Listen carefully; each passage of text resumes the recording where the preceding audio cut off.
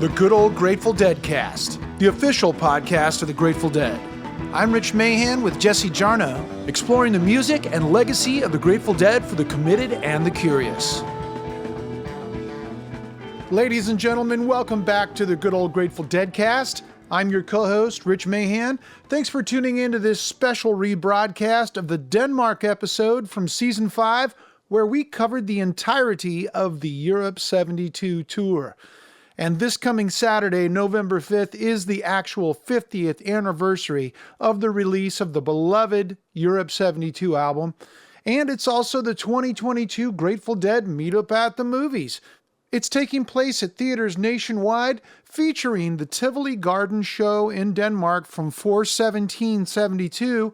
So we thought it would be a great time to share this Denmark episode with you again. Hey, visit us at our website, dead.net/deadcast. You can see not only all of our other episodes there that we've released, but there's transcripts for all of those episodes, and there's a transcript for this Denmark episode that you might want to look through. Make sure to also visit meetupatthemovies.com. You can find a theater near you that is showing this year's Grateful Dead Meetup at the Movies, showing that Tivoli Gardens show from the Europe 72 tour this Saturday, November 5th. That's meetupatthemovies.com.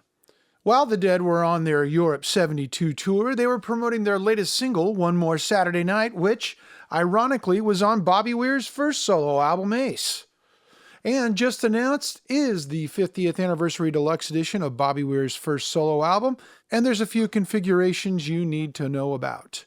For this new collection, Bobby remixed the original album, and he pairs that with a new live version by Bobby Weir and Wolf Brothers, recorded earlier this year at Radio City Music Hall, featuring the Wolfpack with special guests Tyler Childers and Brittany Spencer. Our own Jesse Jarnow even wrote the liner notes.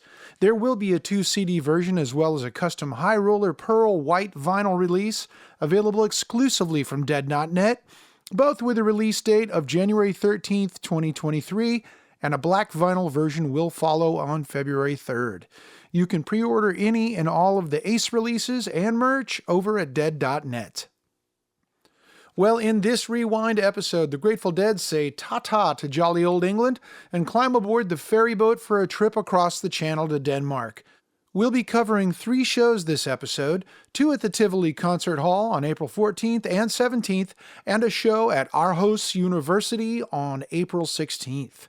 Time to let Captain Jesse Jarnow take the helm.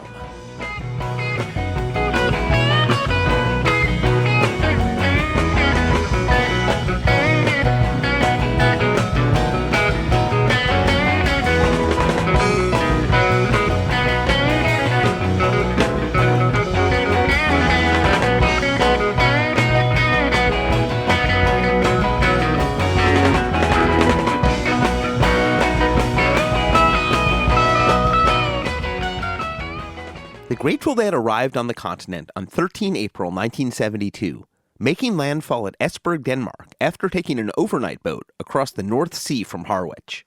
Tour manager Sam Cutler. We went famously from England to Denmark with 2 buses. One was an English bus and one was a Danish bus. 52 people split between these 2 buses, and we arrived at the port off the ferry in Denmark, and the Danish police, customs or whatever, said, okay, everyone's got to get off the buses. So there's a famous picture of it, actually, of everyone standing kind of somewhat forlornly on the dock side whilst they searched the buses. And Sven, our Danish bus driver, very straight, he came over to see me looking very worried.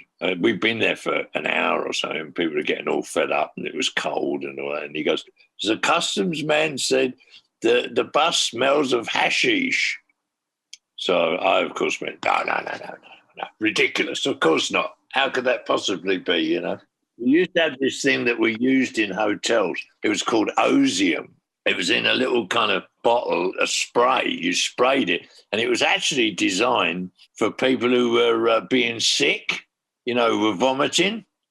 It was designed to cover the smell of vomit, right?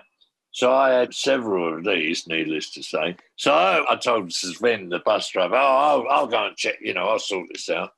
So I went on the bus, and there's all the customs guys searching under seats and all that shit, So I walked around going, everything all right? Yeah, alles good? Squirt, squirt. Alles good? Squirt, squirt. Squirting osium as much as I could everywhere. Anyway, that was all good. In the end, we were all let back. They checked all the passports and all that shit, and they let us all back on the buses, and off we went.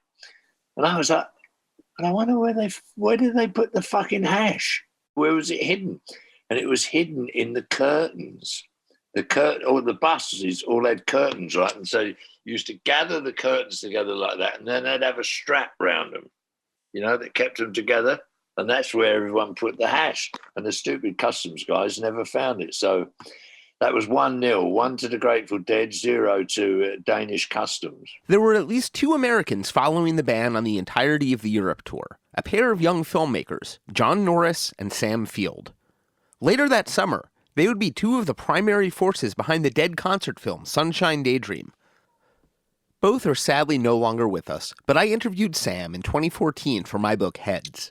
It was John Norris and I, and it was John who was the instigator of the whole idea to film a concert. And they decided they needed to study the band in action, so they headed off to Europe. They knew we were there and why we were there, and welcomed us. And so there were ferry rides that we all took together from England to Denmark, for example. And sometimes we were on the bus, sometimes we were off the bus, but we didn't stay at the same hotels. I'll put it that way. We hit them all, except there was one show in Bremen, Germany, which I think was at the place called the Beat Club, which was sort of for television only, and it was done in a studio, and there was no audience, and so we were doing something else that day, or felt it was okay to miss that. And even though the Radio Luxembourg one was also done in a studio, there was at least a few other people there. But no, we hit them all with the intent of doing that, and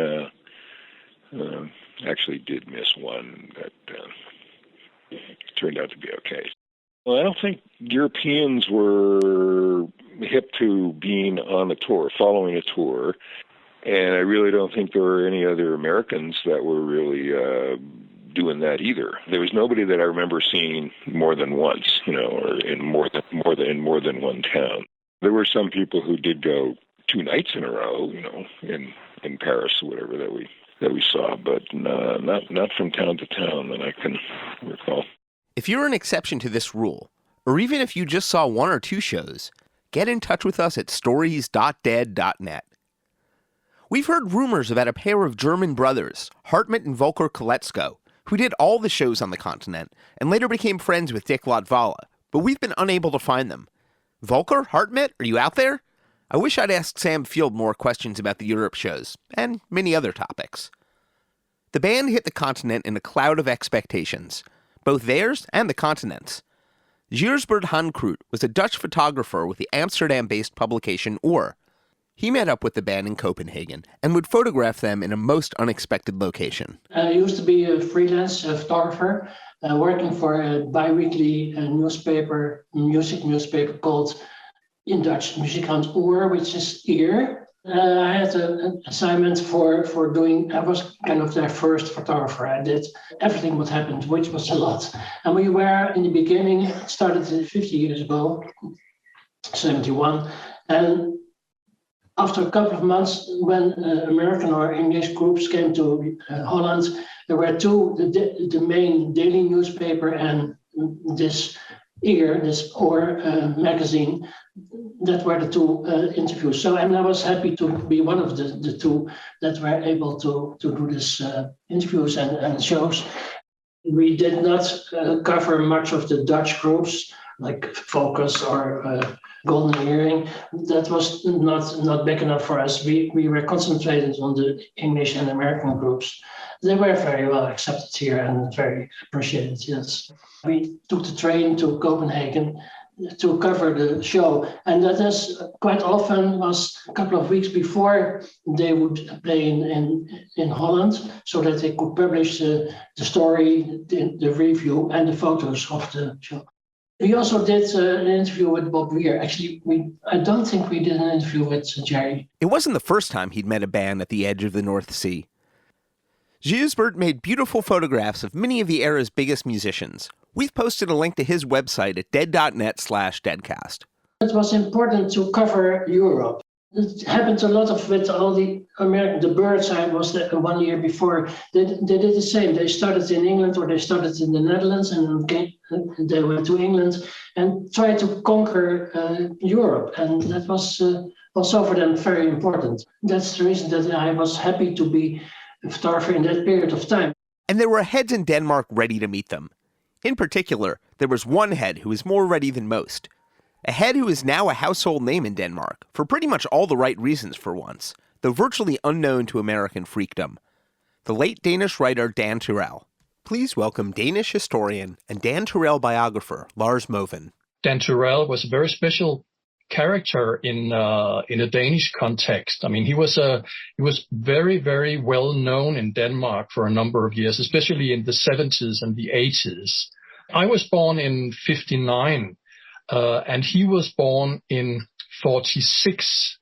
So he was sort of a generation older than me. And for my generation, he was sort of the guy that introduced my generation to a lot of cool stuff like the beat writers and Jack Kerouac and William Burroughs and a lot of music, jazz music, free jazz, and also beat music, rock music, like the Grateful Dead or Velvet Underground and all that stuff. I mean, so for a long period, especially in the 70s, where information was not as easily available as it is today with the internet and all that, to get to know something about American underground culture in Denmark, you had to go to guys like Dan Turèll, who sort of was finding all this information and writing about it and challenging it into writing, into radio, into television. He was all over the place. And he was a very prolific guy. He lived only to be 47, like Jack Kerouac, but he published almost 100 books in his lifetime. And at the same time, he was sort of traveling around in Denmark and doing stand-up poetry and lectures and talks, and he was on radio, he was on television, he was in every cool magazine, he was in the newspapers, he was writing poetry, he was performing with poetry and music, he was writing prose and essays and articles and even crime novels. I mean, to understand that he was sort of all over the place in a very special way. And I can't think of any other avant-garde poets that are sort of known by everybody in Denmark. Everybody knew what he looked like. He was the only poet also with a real image, like he had a shaved head and painted his fingernails dark or black and looked in a very special way. He was sort of iconic. So he was basically just very well known. Remember how I said he was ahead? It was clear that he had two sort of heroes or two acts that he followed especially. One was Velvet Underground from the East Coast. The other was the Grateful Dead on the West Coast. So these two were sort of his big thing. In various writings, he has talked about how the Grateful Dead was sort of the soundtrack to his life. He was in the late 60s, he moved into a commune here in Copenhagen, and one place he states that Dark Star, the long track from Grateful Dead, the Live Dead album, was sort of their favorite tune, and they were constantly listening to Dark Star and taking acid in this commune where he lived around 1970. He went from being a jazz writer to a rock reviewer or writer. He started following the Grateful Dead and writing about every new album that came out from about 70 and on. I think his first really favorite was Working Man's Dead. And he tells a funny story one place about how when it came out, he was totally blown away by this album. So he He made a cassette tape of the album, and when he was traveling around in Denmark, he carried it everywhere and played it for everyone who wanted to listen, and sort of was pushing that album. And he even carried it on a trip down to Northern Africa, where he was hitchhiking in the desert in Northern Africa. And he lost the tape there and the tape recorder. And he writes about how he imagines that some Arab guy found this tape and tape recorder and was now sitting somewhere in the desert listening to Working Man's Dead. So when the Dead came to Denmark in 1972, Dan Turèll scored an assignment to interview Jerry Garcia. It's for a music magazine, a Danish music magazine called MM, just the letter M twice, MM. They were staying in Nyhavn, a place close to the harbor front in Denmark, in Copenhagen. Nyhavn basically means new harbor. Today it's a very touristy place. Back then it was a little more rough, you could say, a place with sort of seedy bars and sailors and not a too safe environment, but a very, you could say, a very colorful environment. It's not very big. It's like one block on St. Mark's Street in New York or something like that. Quite a small area. In one piece of more autobiographical writing, where he tells a little anecdote about the meeting, he's talking about. I mentioned before how this place Nyhavn, where the interview took place, is not very big, and one place he writes about how amazing it was when the Grateful Dead arrived with their entourage of, I think, 40 or 50 people that were traveling with the Dead at that time. And they sort of arrived to this place, Nyhavn, and they were all over the place, and they completely changed this little part of Copenhagen into a small Haight-Ashbury type place. It was a big deal for Dan Turèll to meet Jerry Garcia. I think it was one of the first sort of his big American heroes that he met in real life. I have a feeling that they hit it off quite well, which was not actually the case in all the meetings he had with American musicians or writers. But with Jerry, I think it went quite good. And maybe because Jerry was, as I can read from the things he wrote about it, because Jerry Garcia was such a relaxed guy, and they could smoke some joints together and just hang out, and it all seemed to happen in a more relaxed atmosphere, which suited Dan Turèll well. So I think that also reflects on the content of the interview, that they actually hit sort of the same wavelength there. It's a fascinating conversation, and with Lars's help, we've posted a retranslation back into English at dead.net/deadcast. The original tape seems to be long since gone, so the conversation went from English to Danish and back to English. They speak about the power of music as a form of communication all on its own. The language is getting so weird, Garcia observed. English is being wiped out by television politicians. All these words and statements, generation gap and alternative culture, media expressions, and all that shit. The language finally becomes meaningless. It was published very soon after, a couple of weeks after or something like that, in a quite nice layout in the magazine. Also, the cover of the magazine was also referring to that interview. So Grateful Dead sort of had the full cover, the front and the back cover of the magazine. It was definitely something that meant a lot to him, because he mentions it in later articles also, when he writes about the Grateful Dead or Robert Hunter or whatever he writes about. Then he goes back to that meeting in 1972. After the interview, they went over to Tivoli with Jerry Garcia and Phil Lesh, the bass player, and were hanging out there while they were doing sound checks and setting up the equipment and so on. And at that point, they were still smoking joints together. He tells about how at some point at Tivoli, while they were waiting for the day to pass, so it could be evening and the concert could begin, they were smoking a joint with Phil Lesh. And Dan Turèll was sort of just throwing, when it was half smoked, he was throwing it on the ground very casually. And Phil Lesh got completely paranoid and sort of went down on the floor and looked for it and picked it up and destroyed it and put it in a small matchbox that he had in his pocket and said, "Oh, you can't do that. We will all have to go to jail, and it's very dangerous, and people will find out." And Dan Terrell and his friend Peter Bundgaard, who he was doing the interview together with, they were just laughing and saying, "Oh, come on, this is Denmark. I mean, nothing will happen. Just relax."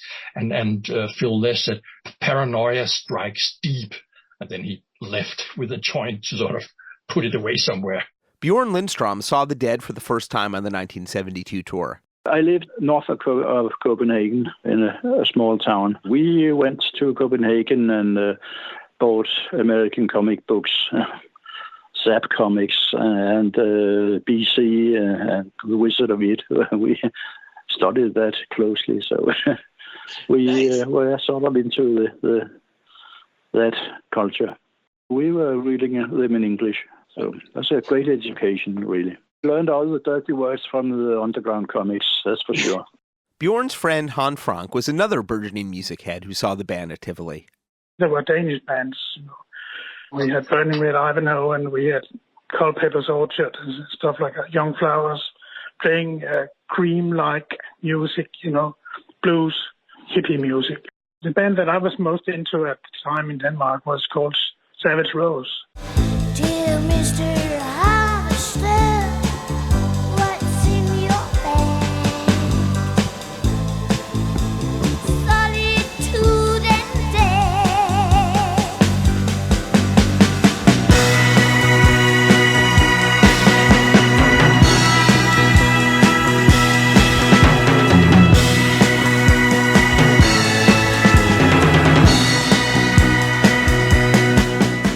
That was the Savage Rose with Dear Little Mother from their 1971 album of the same name, a big hit in Denmark.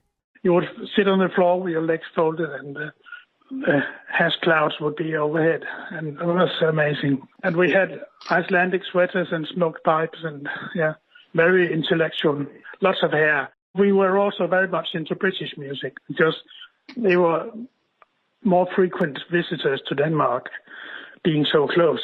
The Dead were following a new trail through Europe, which we talked about in the first episode of this season. A few other acts were ping-ponging through the same venues as the Dead that spring. Leonard Cohen about a month earlier, and Captain Beefheart and the Magic Band, often within days of the Dead, as well as Uriah Heep and the post-Jim Morrison Doors. Across the street from the Copenhagen Central Station was Tivoli Gardens, an amusement park built in 1843. And in the middle of Tivoli Gardens, Tivoli Concert Hall. So it was a regular destination when we were kids with the grandparents and so on, the amusement park. And the concert hall is in the middle of the amusement park, built for classical concerts originally. Bjørn was ready for the show. I copied the Skull and Roses logo onto a piece of cardboard cut up as a circle, and stapled it on the back of an old military jacket. And that's what I was wearing. And Hans was definitely ready. I was celebrating spring and some friends in the park, and had a few large beers before I came. Suddenly remembered I had to be in Copenhagen at 8. I managed to get there on time. So we met just outside the hall and we strolled in. It's a beautiful hall at Tivoli. Eventually, as the band came on and burst into Brother, and then we were rolling.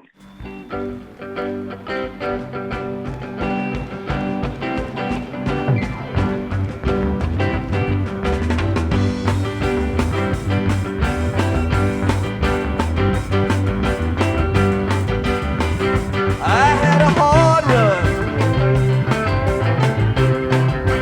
running from the window. It was just amazing. I'd never heard anything like it. Everybody played an integral part of it. They played off each other. It was so different from any other band I'd heard. The band that took the stage on 14 April was a hungry band. What it's really down to is a kind of shared vision thing, that everybody's really on the same page and getting high in the same way, which we all did before every gig. The band and crew would get high together, a little microdose, and go out there and do it. One of Gijsbert's great shots of the Dead was of just such a moment. The band sitting around in a circle backstage with Sam Cutler, John McIntyre, Steve Parish, and somewhere hidden from the lens, most likely a joint. We've posted it as part of our daily dose on the Dead's social media. Where's the joint? It looks to me like Sam has just passed it to Phil. Sam's coughing. Phil is smiling, perhaps a little guiltily. They wanted to do a good show, and as you know, also here they played 4 hours, which is extraordinary, and that was hard also for them, hard working, and tried to do as best as they could, and they did. Grateful Dead archivist and legacy manager David Lemieux. The Copenhagen show, it's to me one of the brightest shows on the tour. Sometimes I see concerts, Dead shows in colors, and I think, well, like Newcastle, I think of a crimson, dark, red. Whereas I look at the Tivoli, the 414 show in particular, as a rainbow. It's such a beautiful show, start to finish. I think the brightest, I use the word bright. I feel like it's the brightest show on the tour, where from that opener, it's so pleasing and uplifting and positive. In 2011, to celebrate the impending 40th anniversary of the tour, David assembled Europe 72 Part 2, which includes a quartet of songs from this show. Europe 72 Volume 2, for instance, opens with a terrific version of Bertha. Really wonderful Bertha. That had already opened up Skull and Roses. So I don't even think a song like that was given consideration because of that.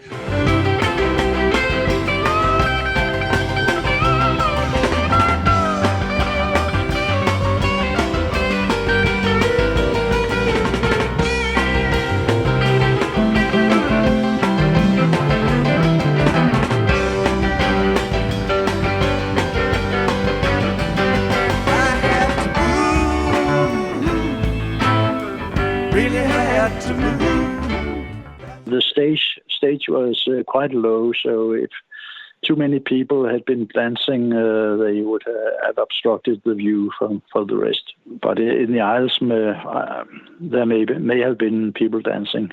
We were in seats about 1/3 back from the stage. It's quite intimate, so it felt really close. They weren't going to play in Sweden, so I believe there was a great deal of Swedes. Great number of Swedes there, because we didn't have the bridge then, so it was just a 40-minute ferry ride from the south of Sweden to Copenhagen. So there were quite a lot of Swedes, probably. There usually are. The Dead were on new turf, and they had some discoveries to make. This is from Blair Jackson's 2011 interview with Dennis Wiz Leonard, working for Alembic that tour. Copenhagen was very early, That was one of the first mind blowers, everybody openly smoking hash in the venue. Lighting crew member Ben Holler. The other thing you got to get used to at European concerts, there is fire. Oh boy, but what it is they don't have a lot of pot, or at least didn't at that point. They have a lot of hashish because it's smaller, easier to take. And so you'd be standing there on the lighting thing, and all of a sudden the 3-foot-tall thing of flame would come up. Your thing that you show off in Europe is your cigarette lighter. And you have this 3-foot thing of flame that you then burn some stuff off the hash, and you can scrape the hash into a bowl or make it into a cigarette. And so there was flames jumping everywhere all the time. It was a little unnerving to begin with, and then I realized what it was. And then it was quite spectacular. I'm sure it was great from the stage, because you just whoosh, whoosh, in the audience. It was the Dead's first real show in a non-English speaking country, besides their spontaneous pool party in France the summer before. And pretty early into the evening, the band reached their first communication barrier. Hans Frank reports. People started clapping after the first numbers.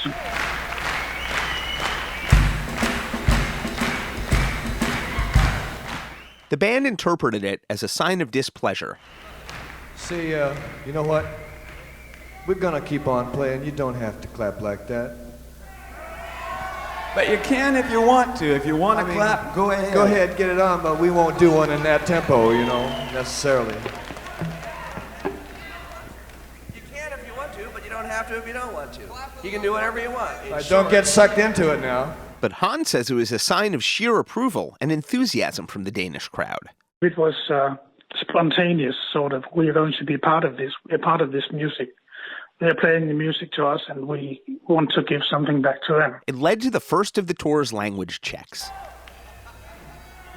Well, the front row can anyhow. The front row was completely occupied by American GIs. I don't know if you know this. A large rotating number has been stationed in Germany since World War II, the end of World War II. And they gave the rest of us a taste of how a typical Deadhead audience would react. Whistling and cheering at every opportunity.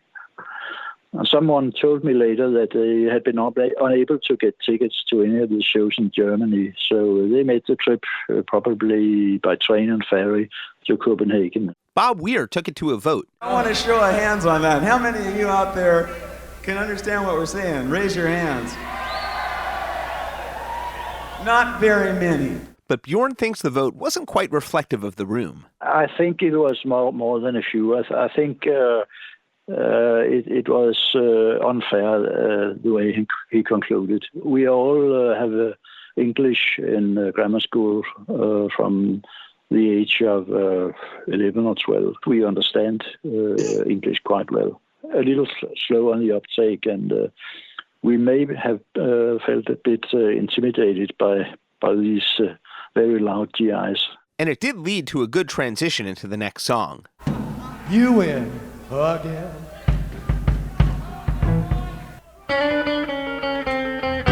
The news is all over town. You've been seen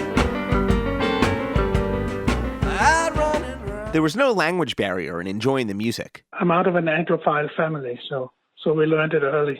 Yeah, that was, I was amazed by the lyrics. I was into the band too at the time, which were also just very much their own and made songs that was in a style and a style of music that was just so new and just very special. And The Dead was something like that, you know, the lyrics, especially the Hunter lyrics, were just amazing. And of course, everybody loved Pigpen. Especially Pigpen.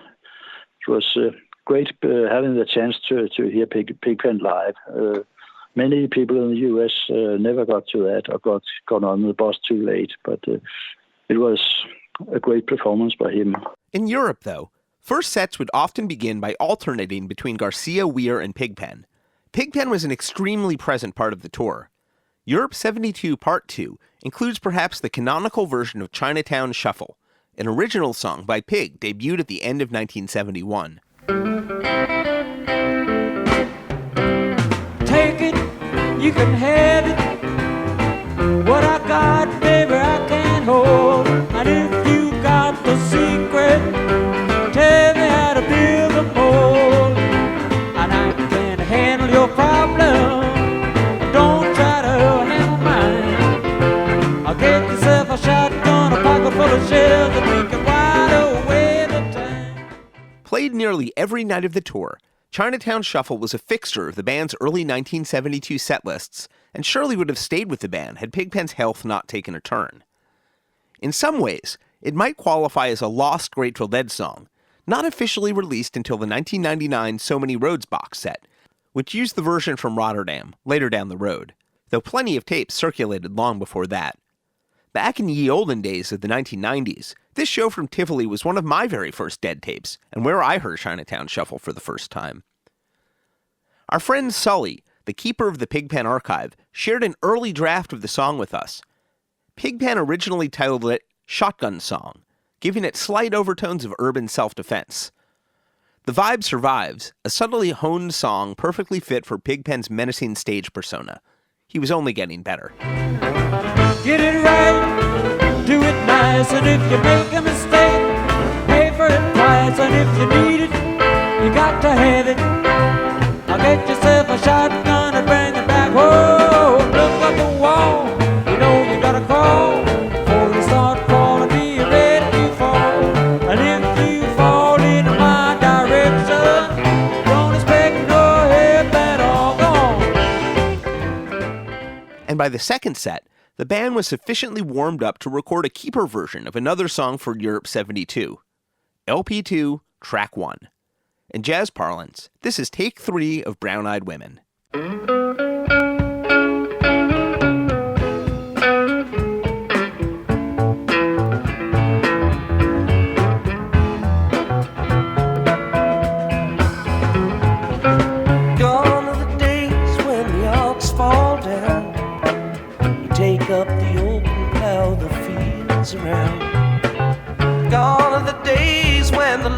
lady said, please, Gentleman Jack Jones, won't you come? Brown-Eyed Women was the first original song written for Europe 72, not counting previously recorded tunes.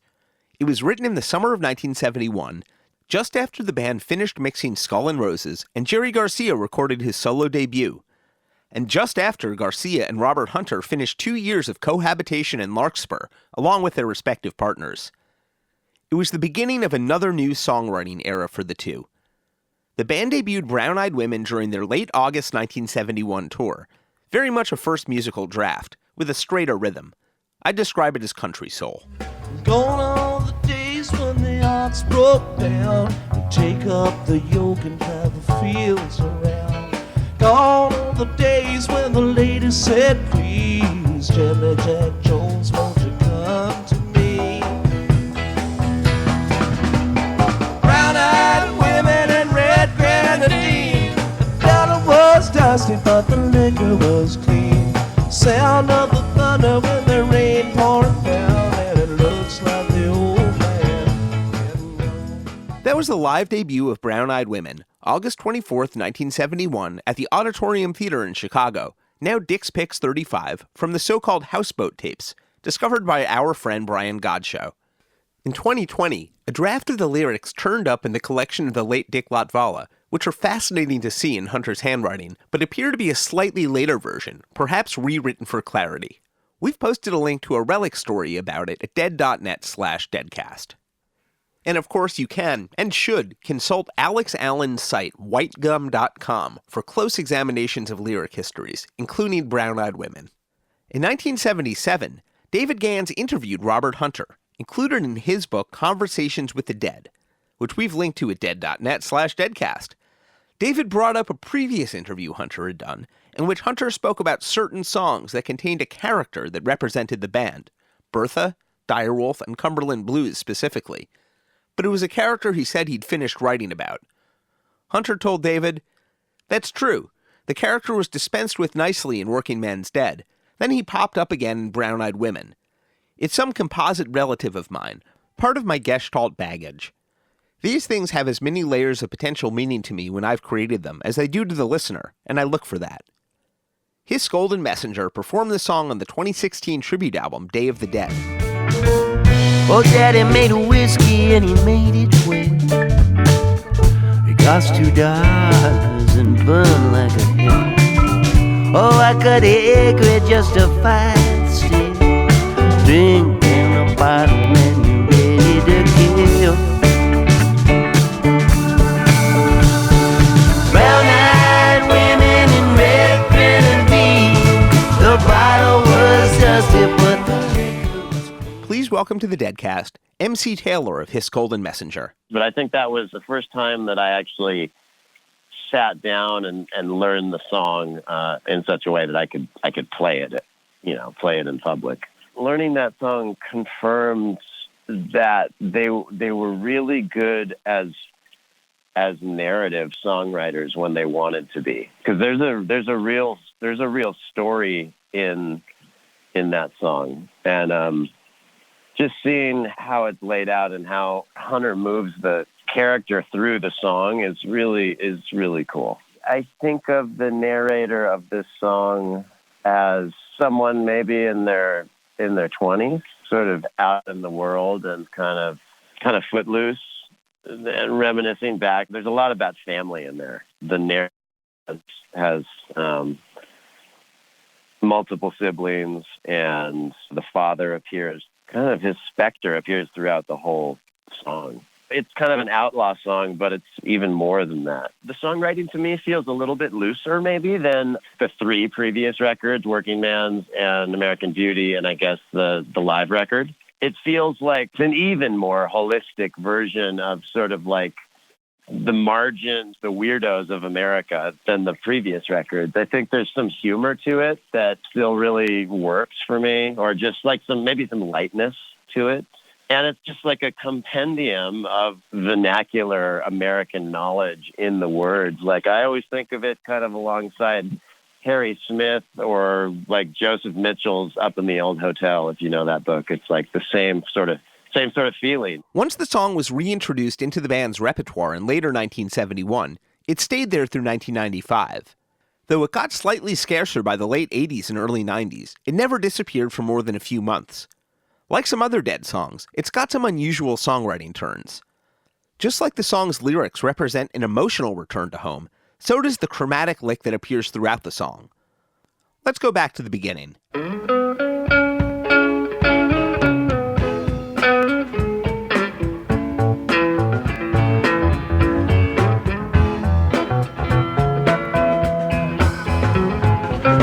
Gone are the days when the ox fall down. You take up the open plow the fields around. Please welcome back to the Deadcast, musicologist Shaugn O'Donnell. We're in E, but we're starting away from the tonic chord. It's not where you would necessarily normally start. And then once the riff is there, taking you B, B sharp, C sharp, you're right into the harmony, and you can connect it in a way that is much more clear. Like bouncing a rubber ball, that little chromatic riff gives the song its signature sense of motion. It feels like a normal song, and people play it all the time without thinking about this at all. But every single section of it has an extra two beats thrown in. In the chorus, the word gettin', in the old man's gettin' on, extended by 2 extra beats. Sound of the thunder with the rain pouring down, and it looks like the old man's getting on. So this happens in the verse every time. It happens in the chorus. It happens in the bridge. And even in the little echo at the end, you get this extra two beats. Totally comfortable and natural feeling, driven by the text. Strange if you stop and think about it or like pay attention to it. And while the song didn't have a jam, it did change, very gradually. It's really interesting to see a song that, is born fully formed, rides the whole career, and doesn't change in any musicological, structural way. So you get to follow the details of nuance in the player's approach. There's no major changes, but you get to hear the changes in gear, the changes in feel, all the variations in tempo and mood. The Brown-Eyed Women solo on Europe 72 is pretty simple.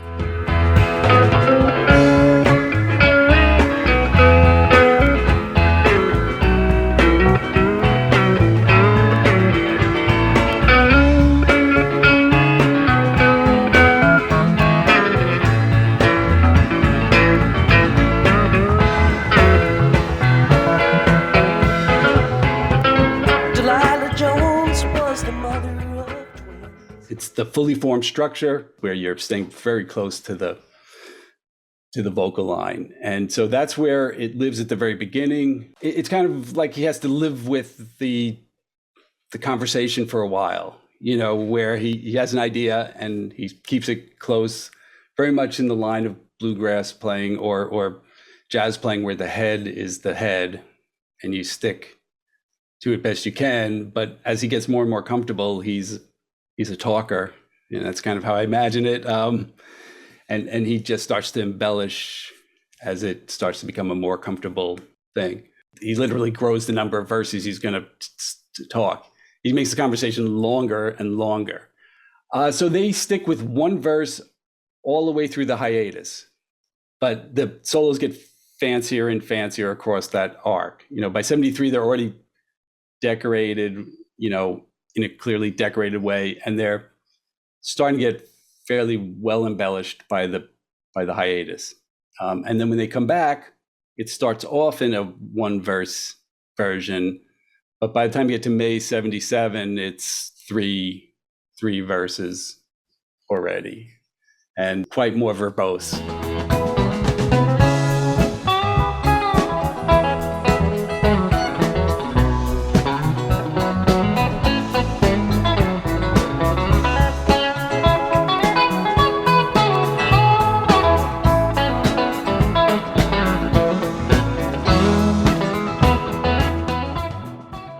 From May 25th, 1977 in Richmond, Virginia. Now Dave's Picks 1.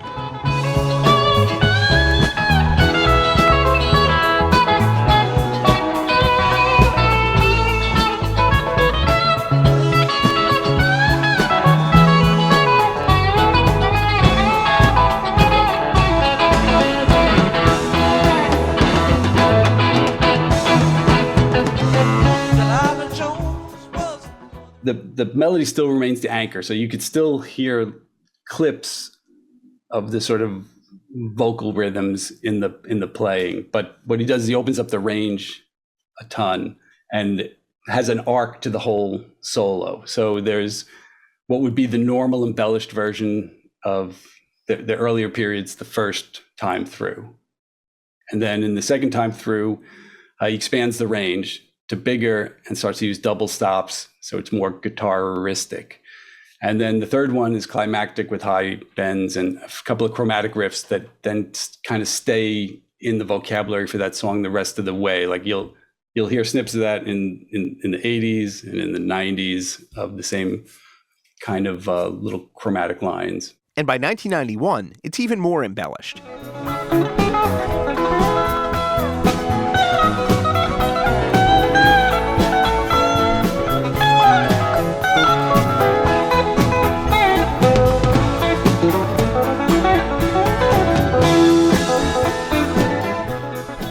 This is a version from June 17th, 1991 at Giant Stadium with Bruce Hornsby on piano, now the release Saint of Circumstance. First, Vince Welnick jumps in.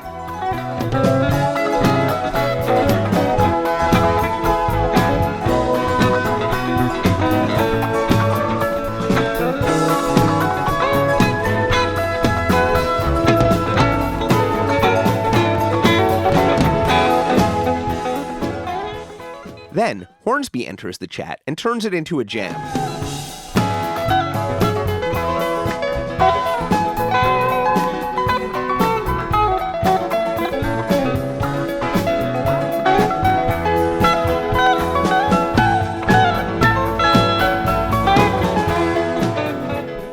Before Garcia cedes to the piano player entirely.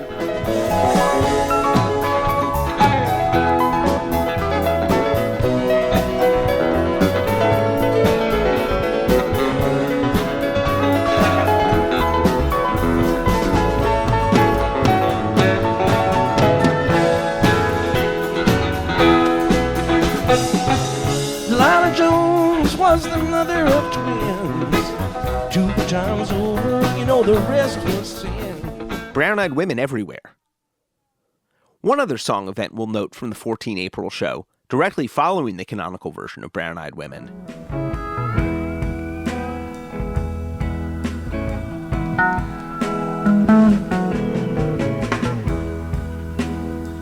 I woke today.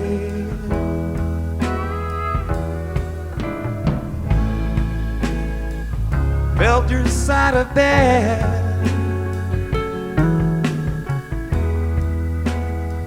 The covers were still warm where you'd been led. The Grateful Dead had backed Bob Weir on Looks Like Rain during the Ace sessions at Wally Heider's in February with Jerry Garcia on pedal steel. And he'd play pedal steel on Looks Like Rain during all the earliest versions, starting with the song's debut in March. David Lemieux. They were so on it. On Looks Like Rain, Jerry played pedal steel guitar, and there weren't enough track assignments to give Jerry a lead guitar and a pedal steel. So I think Wiz might have been watching through a closed circuit camera. I think that was the case in the truck. And so he could unpatch it when he'd see Jerry sit down at the pedal steel for Looks Like Rain and only Looks Like Rain. So they'd have to patch it from that to that because there weren't enough track assignments, and they never missed it. But the Copenhagen version is not only the last version of Looks Like Rain with pedal steel, but the last time Garcia played pedal steel on stage with the Dead until a Dylan and the Dead tour in 1987, ending a period that started almost exactly 3 years earlier. I'm a big fan of Phil's harmony on these early versions. But I still sing you love songs written in the letters of your name. And brave the storm to come, for it surely looks like rain. And then it was time for the main event.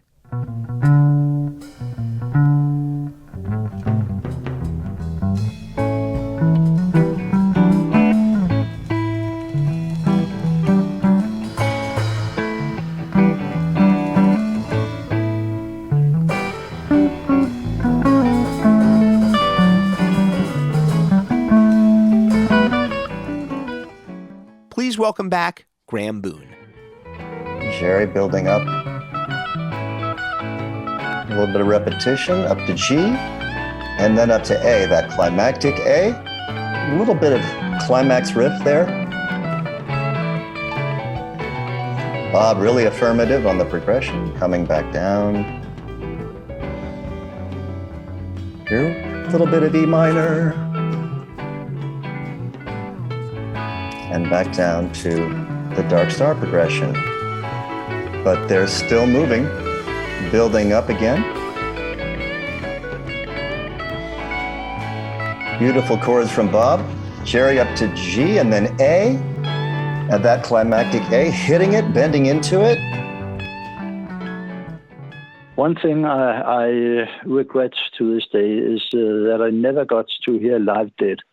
So when they came to Dark Star, I didn't recognize it.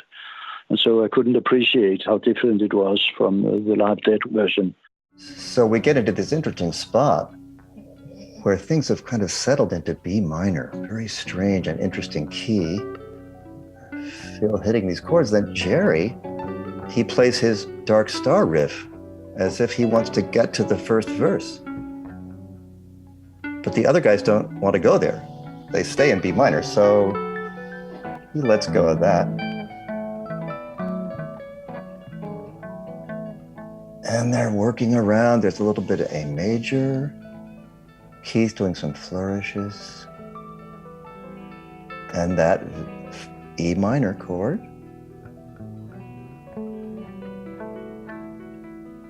And then Keith gets into these interesting flourishes.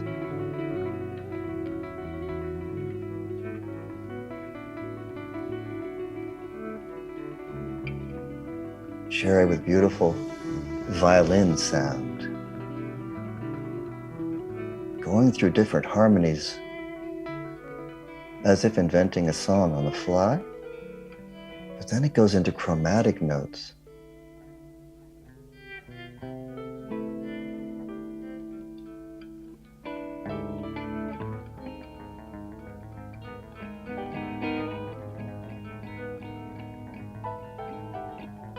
Everyone's exploring those sharps and flats.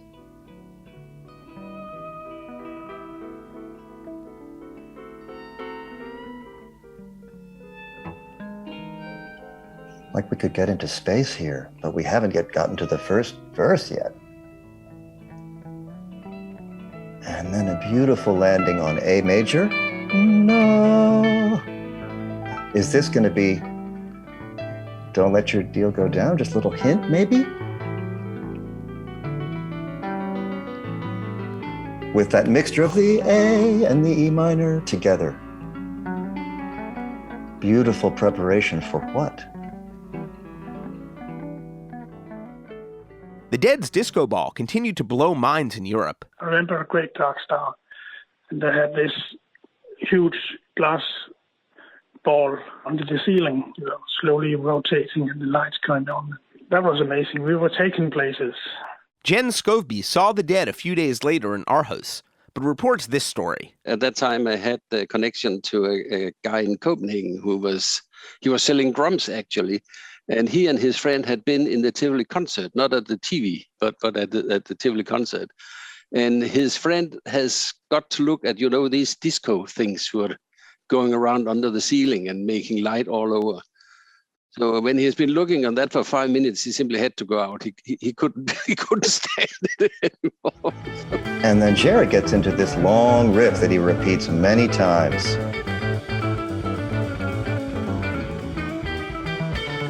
Bob backs off a little bit, and then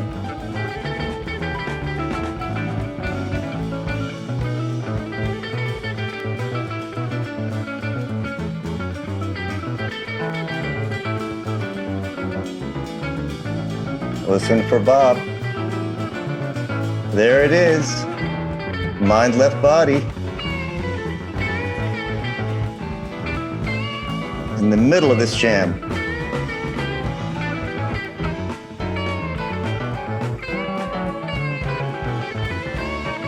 But Phil doesn't want that. Totally different direction with the feeling groovy.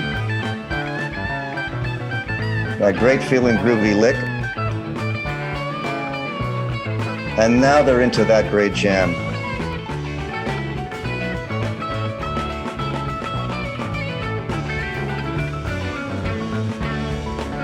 And then every once in a while pausing to just hang out on a D chord and then going back to the jam. This reminds me of Dylan's All I Really Want to Do. I ain't looking to compete with you, beat or cheat or mistreat you, simplify you, classify you, deny, defy, or crucify you.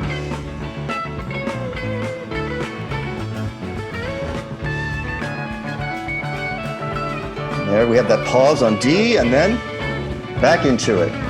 Super joyous, energetic.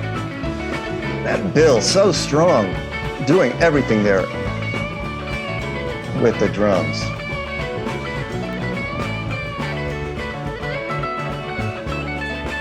And listen to Bob's comping. So much energy from everybody in the group.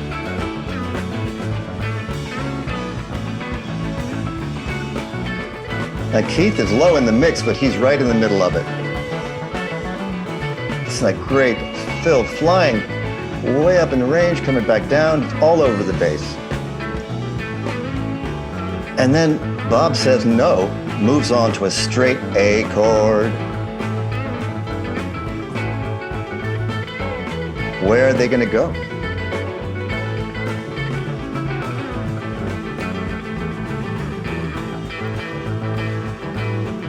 Everybody on A.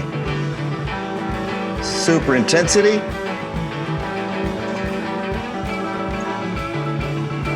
Something's got to give.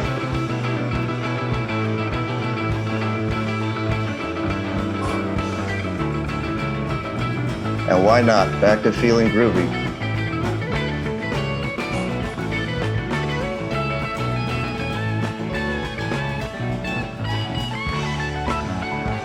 Wonderful pause on D. And then the last time through, calming down, lighter, quieter, and then holding out, beautiful suspended A chord.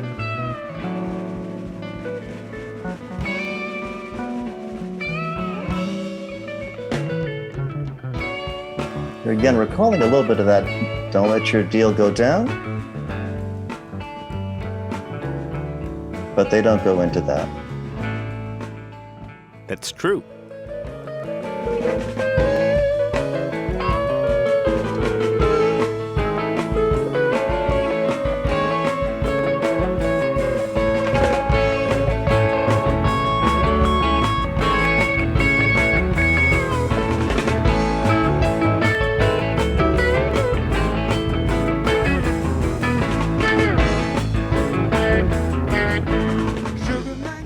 Coming out of the ending to Sugar Magnolia was perhaps the first serious pigstravaganza of the tour.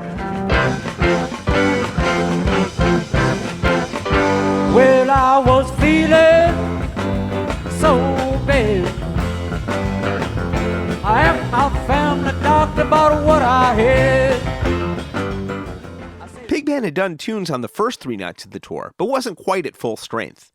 In Copenhagen, though, he didn't hold back. You know that love drive a man to drink, make a professor forget how to think.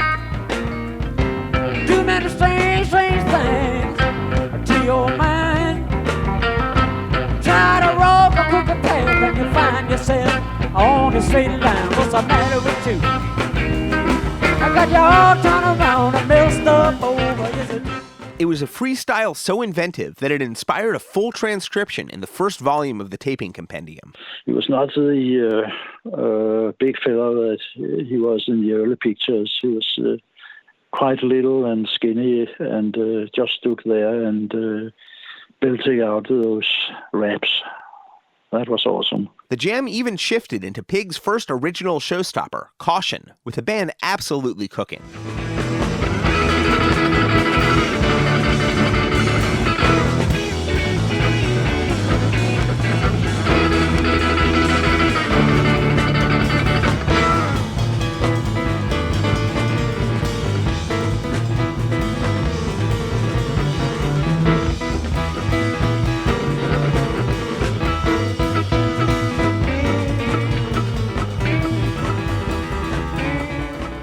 inside caution, a surprise turn. Walk 47 miles of barbed wire. Got a cobra snake for a necktie. Got a brand new house by the roadside, made out of rattlesnake hide. Brand new chimney set on top, made out of human skull. Axe-sized woman, come on, child, tell me who do you love? Yes, you did. What you told me do. What you told me do. One of only 3 performances of Who Do You Love? So that's a rarity. Part of the band's repertoire in 1966, when it showed up on a studio demo, Who Do You Love surfaced only on a few scant live tapes. It's hardly a full performance of the song, but gives this sequence an ominous core before bringing it back home.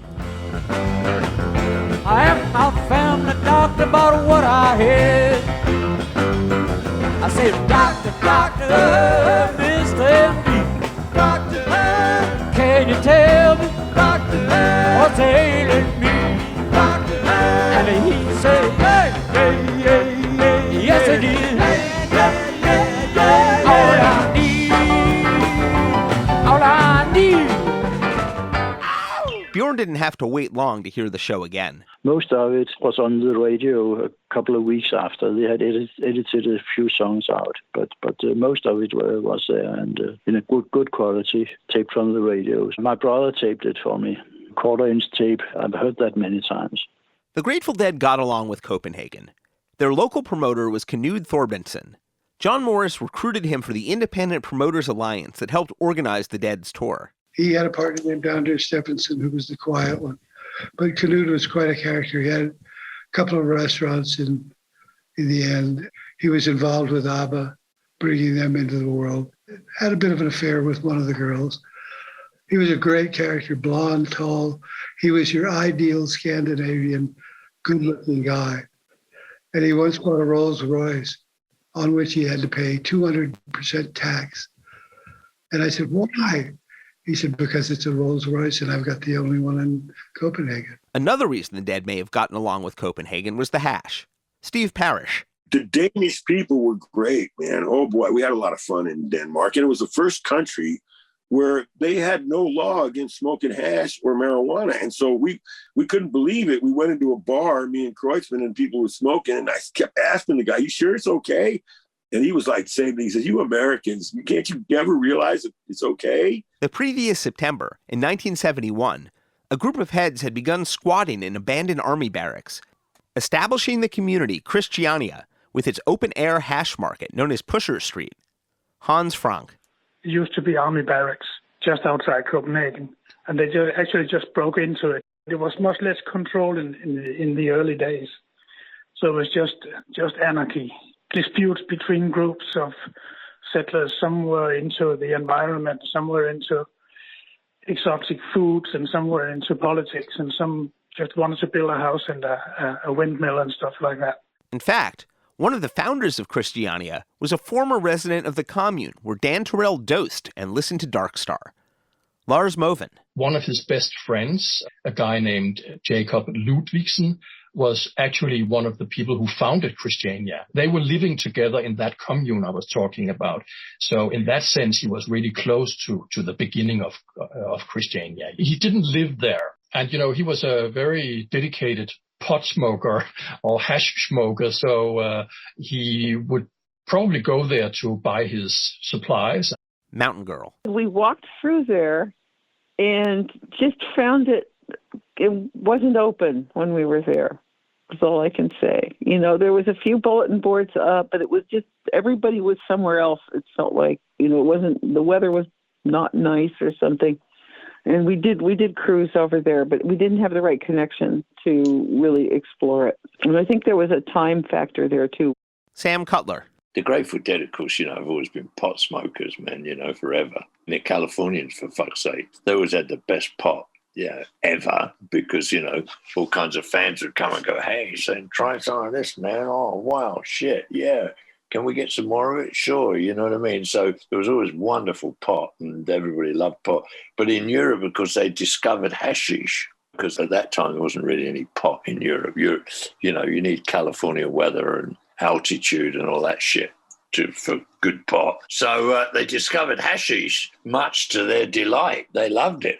Denmark's a kick. I recommend Denmark. It's a lovely country. It's just everything is so well thought through in Denmark. In other words, it's a country of designers, and they're carpentry and boat makers. Like in Amsterdam, everybody seems to have a boat. Here's Rosie McGee from the audiobook of her excellent memoir, Dancing with the Dead, available from rosiemcgee.com. My roommate in Europe was Sue Swanson, who handled payroll for the band. And while we were in Copenhagen, Denmark, Sue and I went for a long walk from the hotel, ending up lost in the city's famous red light district, where the hookers were on display behind their crib windows. With the help of a friendly local, we were pointed back in the right direction, and on the way back to the hotel, we found a great basement shop selling hand-knitted Scandinavian sweaters in a dazzling array of colors. We got to do a bunch of sightseeing, and everybody bought a sweater. We all walked around with our beautiful hand-knit Danish sweaters. That's a lovely place, I have to say. It's smooth, you know. Everything there is nice and smooth and laid out for easy living. So my hat's off to those guys. Much of the band and family and crew were soon outfitted with the Danish sweaters, which can be seen throughout photos of the tour. Throughout the tour, those who had the means got into some high-end shopping. What was funny was that when one of them came back from a shopping expedition with something particularly nice, then everyone else had to go get the same thing. First it was Dunhill lighters, then Mont Blanc pens, then Swiss cutlery, and so on.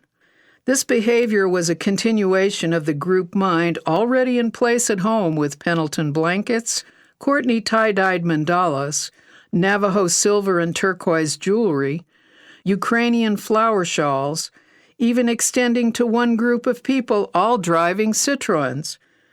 The result was that you could go to any one of a dozen homes in Marin or Sonoma, and the decor and accoutrements would be nearly identical. Thanks to our friend Sully, we have access to a clutch of letters Pigpen wrote to his parents over the course of the tour. His longtime girlfriend, Veronica, known as V, couldn't make the trip. She was tight with his parents, too, and Pig noted in one letter, "Don't let her get down about school and keep her nose in them books." But, Pig noted in a letter home, she should be expecting some mail. "I bought V a hand-knitted sweater in Copenhagen and hope it fits. I got her one about my size. It's 100% wool. Mine has no seams, done on circular needles, and took the woman who made it somewhere around 75, 80 hours to make. If it don't fit, I can send it back and change sizes, colors, or styles." One place the sweaters can be seen is photos of an excursion that Gijsbert Hanekroot documented the day after the first Tivoli Concert Hall show. There was a funny thing. They had one day off. I think they did 2 shows in Copenhagen. I covered one. And the next day they have a kind of day off. And they asked Jerry, join us we have a tour with this bus. And I remember him saying, "I'm a musician, I'm not a fucking tourist, I'm not joining you." But eventually he did. Alan Trist. There were visits to the island in Denmark where Hamlet occurred. I do remember that, the castle. That was pretty exciting, historically. Kronborg Castle overlooks the Sund, a body of water at the exact border of Norway and Sweden, and became Elsinore in William Shakespeare's Hamlet. Hamlet's castle by Denmark and Sweden, right on the border up there. Everybody was there, but they were suffering the slings of arrows of outrageous fortune, man. And everybody was getting all gloomy and down and moopy and mopey. And all of a sudden, everybody was Hamlet. Alas, poor Ulrich, I knew him, Horatio. He was a motherfucker worse than you, man. And everybody was like that, and it was getting kind of depressive. And so it's also the site of a beautiful and appropriately gloomy portrait of Jerry Garcia, taken by Gijsbert Hanekroot for the cover of the Dutch underground paper Or. Kronborg Castle in Helsingborg, I think that's Sweden. And that is at the seaside. I walked with him to the area, the location with the sea and about the photo, you call that pushed. I pushed the sky, the dark room. This is of course analog, and I had I used to work before I was freelance. I worked for a well-known photographer, and he learned me how to print photos, and just with your hands pushing, and which is an important technique. And it's also a type of other well-known Dutch photographers use that technique as well, and I learned that from them. There are a lot of photos of him, but not so many portraits, and I think this is one of the better ones. You can purchase prints from Gijsbert's website, and we've posted a link at dead.net/deadcast. And then it was deeper into Denmark for the Dead's only university gig of Europe 72. Archivist David Lemieux. It is truly a small university, a small college cafeteria in this beautiful wood A-frame building with glass everywhere. The energy I get from that show is very similar to Newcastle, which is a little out of their element, but incredibly cool nonetheless. There's some great stuff in Aarhus. You get the feeling the Dead are playing. I think it held 700 people. And this is at a time when the Dead could very easily sell out 20,000 seats in the United States. How did the Dead end up playing in a university cafeteria in Denmark? The same reason they played most universities back home. There was a budget to bring them. But the Stockladen wasn't just any university cafeteria. It was home to Aarhus' Studenter Jazz organization. Palle attended the Dead's Aarhus show, and starting in the 1980s was the university's official historian, writing the liner notes for this show in the Europe 72 Complete Recordings box set. It was established in 1964. It was the same year that Stockladen was built. This room, which was a university cafeteria during the day and a jazz venue or a meeting room in the evening. During the first years, there were Bill Evans Trio, Dexter Gordon, Dizzy Gillespie, Yusuf Lateef, Lee Konitz, Oscar Peterson, Don Cherry, Stuff Smith. Just to mention a few of it's the biggest names in jazz, of course. And then in the late 60s, when the interest in jazz ceased, then the club chose some rock and roll or rock names like Taste and Country Joe and the Fish, Soft Machine and Colosseum, for instance, and they all played at Stockladen. They'd produced shows by Jimi Hendrix and The Who a few years earlier at the nearby Velsby Riskov Holland, but didn't have enough advance warning from the Scandinavian booking agency, so Stockladen it was. Jen Skovby attended the Aarhus show and remembers it was a journey to get there in those days. You have to drive for 3 hours, and on the route you have to sail for 1 hour. At that time we didn't have a bridge as we have today, so it's 4-hour transport in a country as small as Denmark. The building manager told me when I interviewed him that they brought much more gear than any other band that has played in Stockladen ever since. Among that equipment was the band's light rig. By then, the band's new lighting team was starting to come together. Lighting technician Ben Holler. We played Wembley. I think that was the first gig in London. When I'm out there, I'm running a follow spot in the back of the house. They don't really know me that well. Candace can at least talk to one human, you know. It's a nightmare even in America talking to follow spot operators, you know. You get a New Yorker talking to a guy from Georgia, forget it. In Aarhus, they chalked up another solid tour story. It was a university setting and everything. We set it up. For some reason, it got done really quickly there, so we went to the cafeteria and we got in line, and Candace is so excited, and there's a carton of milk. You know, here's just something American, you know, I can just drink this carton of milk. And she takes this big gulp and then spits it sky high, and because the Danes like buttermilk. And she just wasn't ready for a big mouthful of buttermilk. And it didn't say buttermilk on the box. It just said milch or whatever, you know. So the concert was a nice concert. It was one of those ones that I remember, and this happened a lot with the Dead. There's some of the stuff in Europe, in the big places, the show was all right. But I remember especially in Dijon, the show was magical.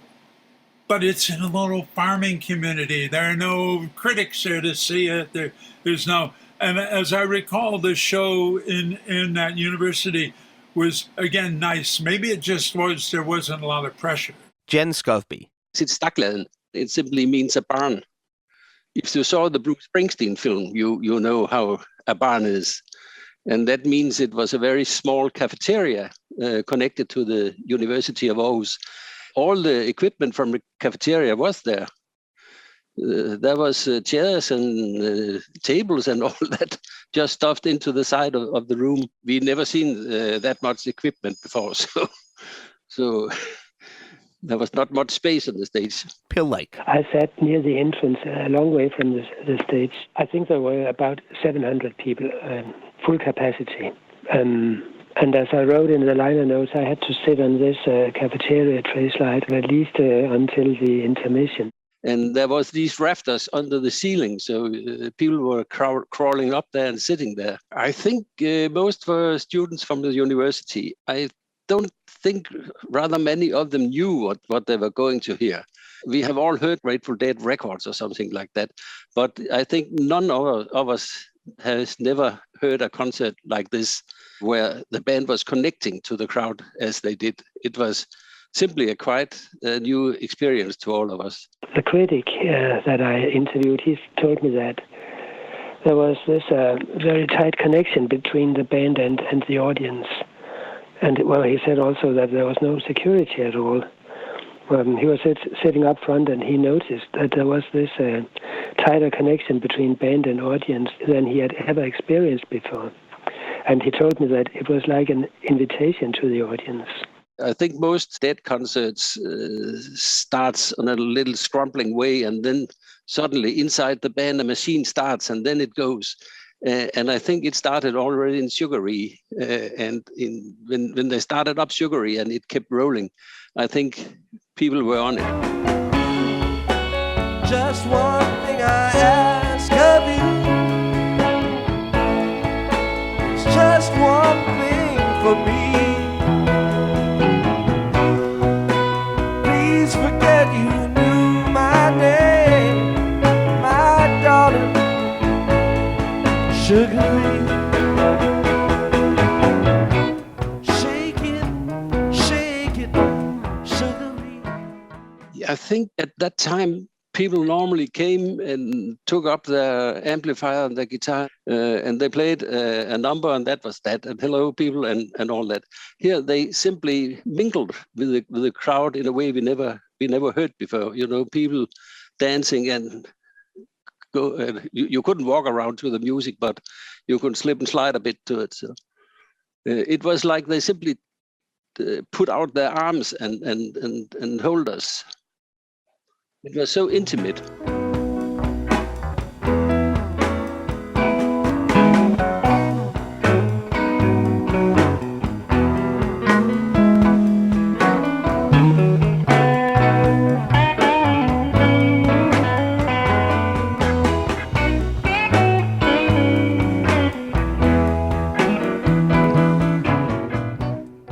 Like everything from Europe 72, it's an excellent show. Donna Jean is absent, perhaps hanging back in Copenhagen. The band play their first Direwolf in nearly a year, and thus the first of Keith Godchaux's tenure with the band. Playing in the band is starting to turn some corners in its jams. I love the amount of movement in this little segment.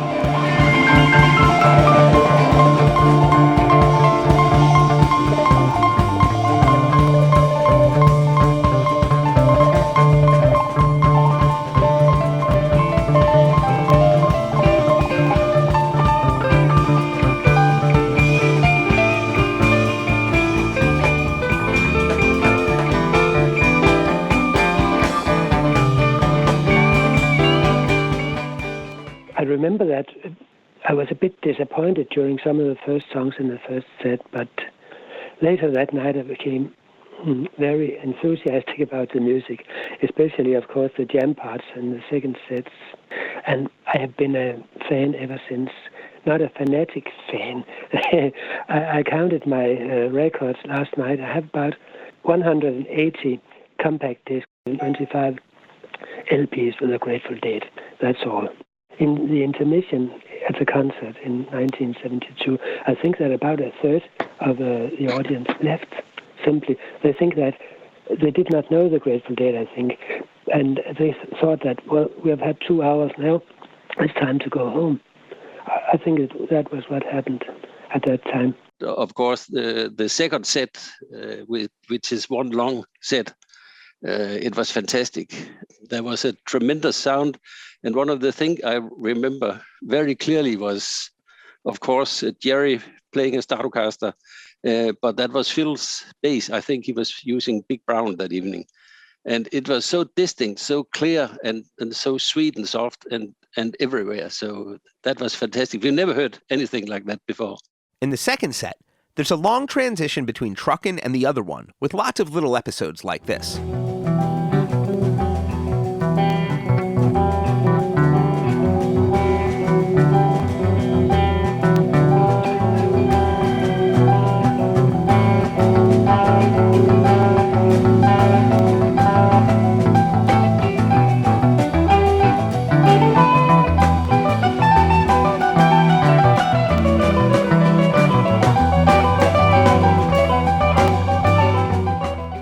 I remember that during the last couple of songs, Not Fade Away and Going Down the Road, it was possible to walk around in the room. That has been quite impossible during the first set.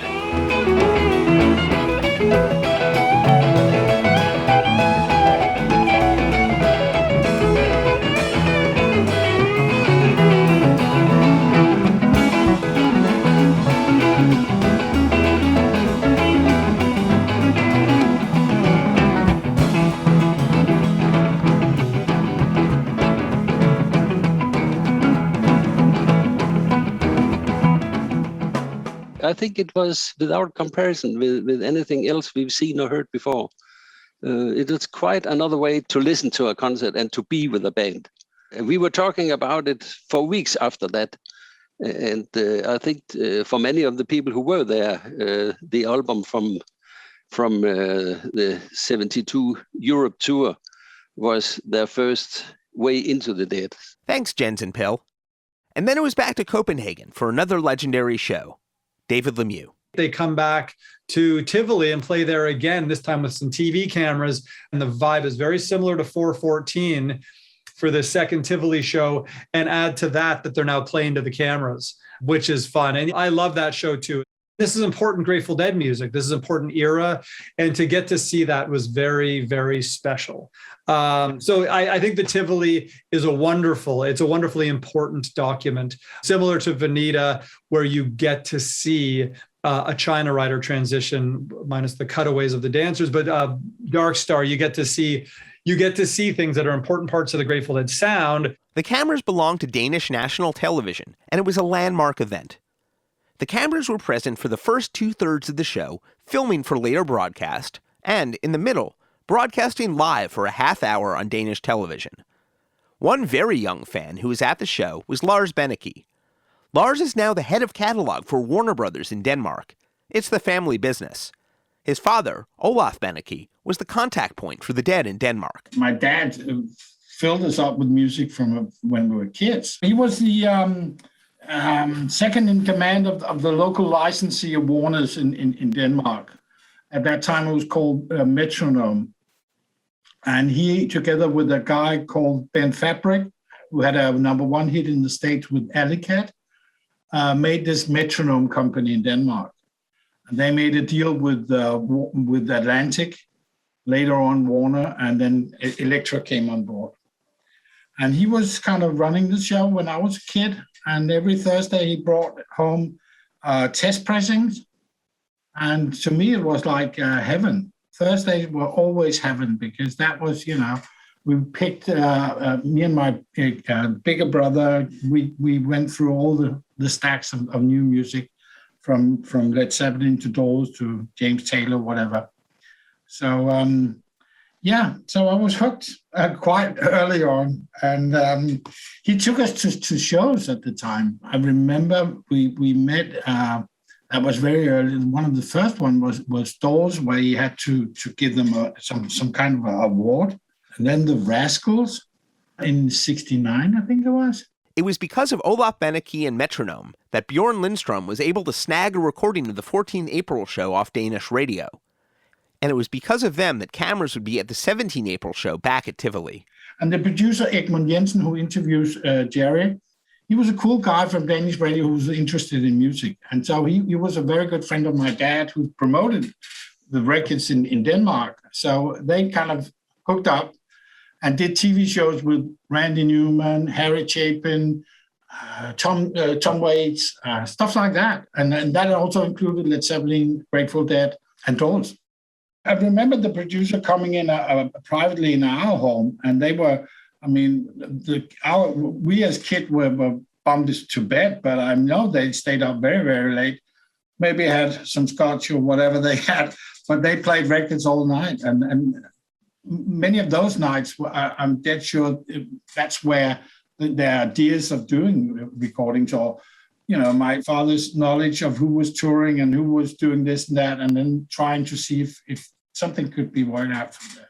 Edmund Jensen interviewed Jerry Garcia following the band's sound check. I like this exchange. Yeah, you played a favorite of mine just a moment ago, Uncle John's Band. Right. What does that tell about them?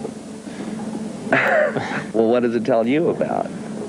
Well, you got me there. Right, but you like it anyway, yeah. Right? Okay, well, that's the way it is with me. I don't know what it tells about. All I know is I like it, you know. I like it. I like that place, wherever it is. I like Uncle John and his band, whoever they are. Garcia explains why the band's performances stretch over 3 hours. Basically, the experience we relate to is playing music and really getting off and really, getting high from it, and the audience getting high and everybody getting high. And on a really super night, that's what happens. And that's the thing that we basically try to do every performance. So we have long performance to allow ourselves the possibility, because we'd never be able to do it if we were doing like 45-minute sets and that sort of thing. We'd never do it. When we arrived at the hall, we went straight to backstage area, both for my dad to discuss with the TV people and so forth. And we had to meet the band and say hello. My dad had to. So we were tagged along. We went backstage, and there was a lot of people backstage. So I recall a lot of people, very colorful people. It was very cheerful. And I was standing there some of the time alone, because my dad was mediating or talking to the TV production and the band, of course. But there over comes this guy grinning, having fun, big smile, and saying, "Who are you? What's your name?" and stuff like that. And 11 years I tried to explain who I was, and English is the second language in Denmark. So from the first grade you learn English, so there was no problem speaking to him. But he was he was very happy and cheerful, and as I remember. But there was this grin and this huge face, hairy face, I remember. And most of all, I remember seeing out of my eyes, or I noticed that he was missing part of his finger. Didn't say anything like that, or didn't think about it at the time. But later on, when my dad was there, I said, "Well, what have you been?" I've been speaking to this guy called Jerry, and "Oh, you met Jerry? Rah, rah, rah. Yeah, he's the guitar player." I was like, "Guitar playing? Well, he's missing one finger." But anyway, I didn't say anything. But later on, when we were in the hall and they were on stage, "Oh, there's the guy," and was on the left, and he was playing the guitar for real. So yeah. That was some of the non-music impressions that an 11-year-old kid. And tonight, the band do it again, playing the first 3-set show of the tour with over 3 hours of music. Though none of the music would make it to Europe 72, some pictures certainly would. It was an eventful night. Out in the equipment truck, the crew gave 3 stars to a number of performances, including China Cat Sunflower into I Know You Rider.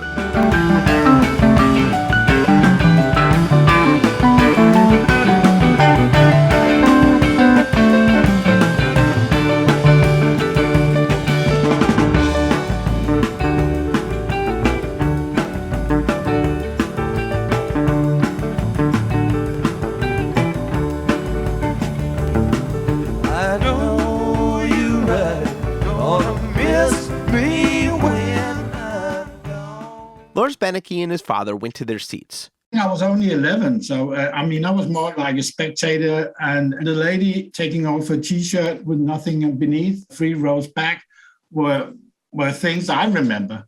Another kid who's in another famous Danish act called Sort Sol, Black Sun, he's called Sten Jørgensen, and he is like 3 or 4 years older than me. He was in the audience with his dad as well. People were so much into the music because I wouldn't say we're Japanese in the sense of just sitting there and then clapping and sitting there. But people enjoyed it. They were very much into the music and seeing and smelling because it was a show where there was a lot of smoke in the air, and we weren't used to that, or at least I wasn't. And I remember the sweet smell in the air, and the whole loose kind of thing that went with the music. It fitted well with the music. It was not just another day in Copenhagen. It was a special day. I wouldn't say it was like a church, but it felt like when you're in a church and really going for it. It was like everybody was into it. That's what I remember. And I also remember that it was quite difficult to see everything on stage because everybody was standing up. And I'm not short, but at the time I was shorter than now. So it was difficult to see all of what's happening to them. Many a times I had to stand on the chair in order to see the stage. So that's what I did. And with television cameras rolling, though not yet live, the band debuted a brand new Jerry Garcia Robert Hunter song destined for the live album, but it wasn't yet finished.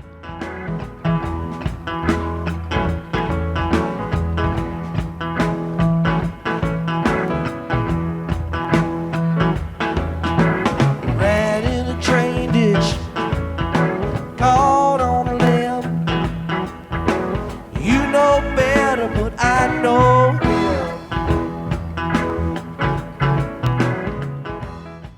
He's Gone was destined to be a Dead classic, of course, a sing-along that lasted in the band's repertoire all the way through 1995. They tracked the canonical version in Amsterdam a few weeks later, the newest song on Europe 72. We'll dive more into it then. Like a steam locomotive rolling down the track. He's gone, and nothing's gonna bring him back. He's gone.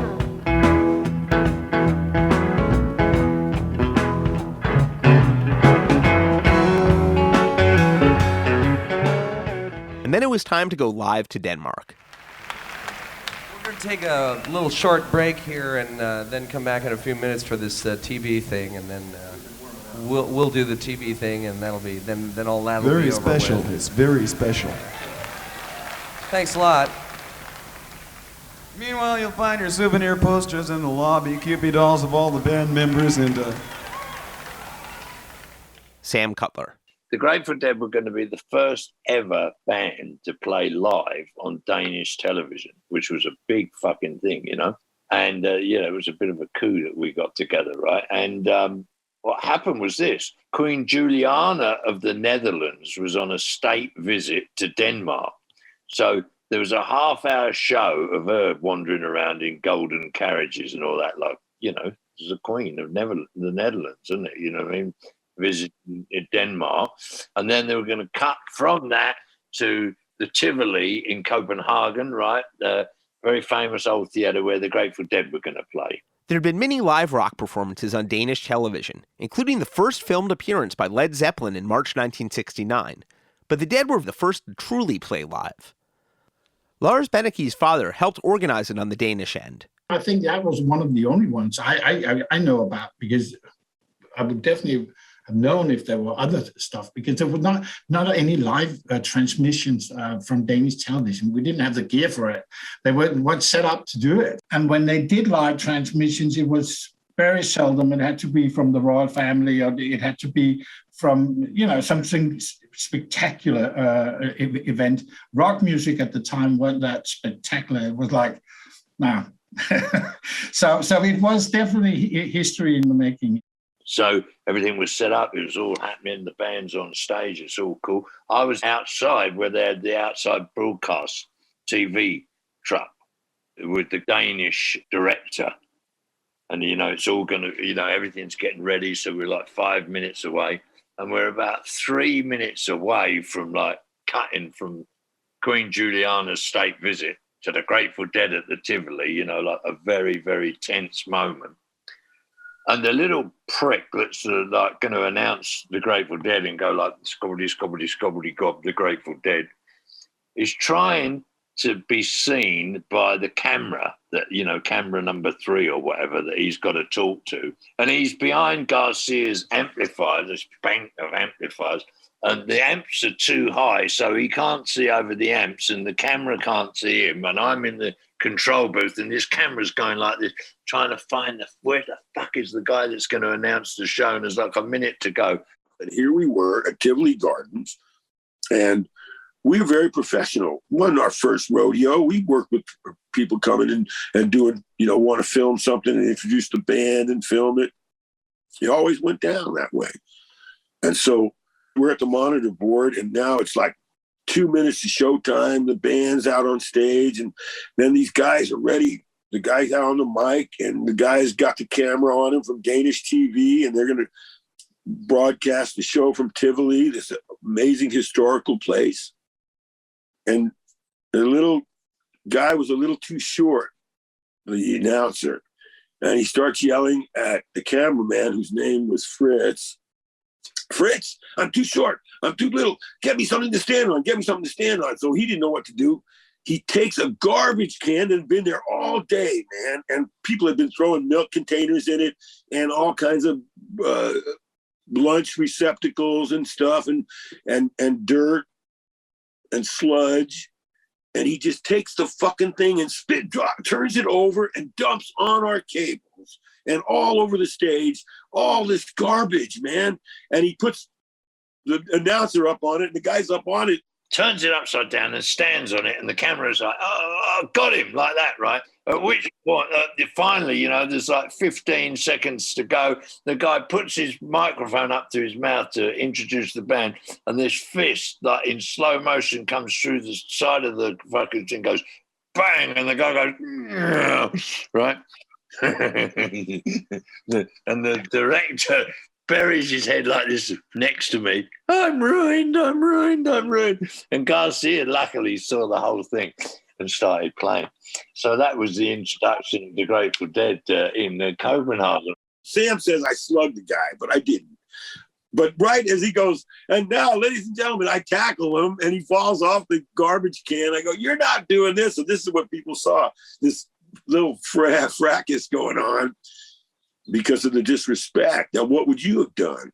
The director finally pulled himself together, and well, there we are. That was the first time a live band ever appeared, and they were fabulous. I mean, it was a great gig. This little bit of film, in fact, nearly the entire live part of the evening, doesn't survive in the circulating copies. Lars and Olav Bennike have nothing to contradict this story, though. I called my dad and said, "Do you remember anything?" He was said it could have happened, but it was not put to him. And unfortunately, the people involved in the production are not here anymore, because otherwise I would have called Egmont or somebody else and said, "What the hell happened, guys?" And there's nobody from Tivoli around. Bjørn Lindstrøm, who'd seen them a few days previous, though, was watching at home and is positive he witnessed a more peaceful transition of power, with announcer Edmund Jensen sitting on the lip of the stage and introducing the band from there. The TV transmission was just 20 minutes, I think.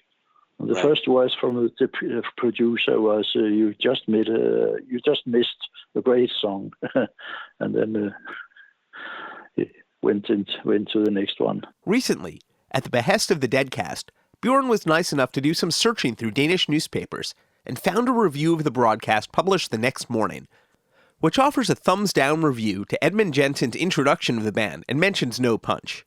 If it's something that Sam Cutler saw through one of the monitors in the television truck, maybe it was an incident that occurred before they were live to all of Denmark. Certainly enough members of the Dead family seem to recall a Danish fracas. It was totally a great gig. If you've never seen it, it's pretty easy to find. And if not, ask a Deadhead.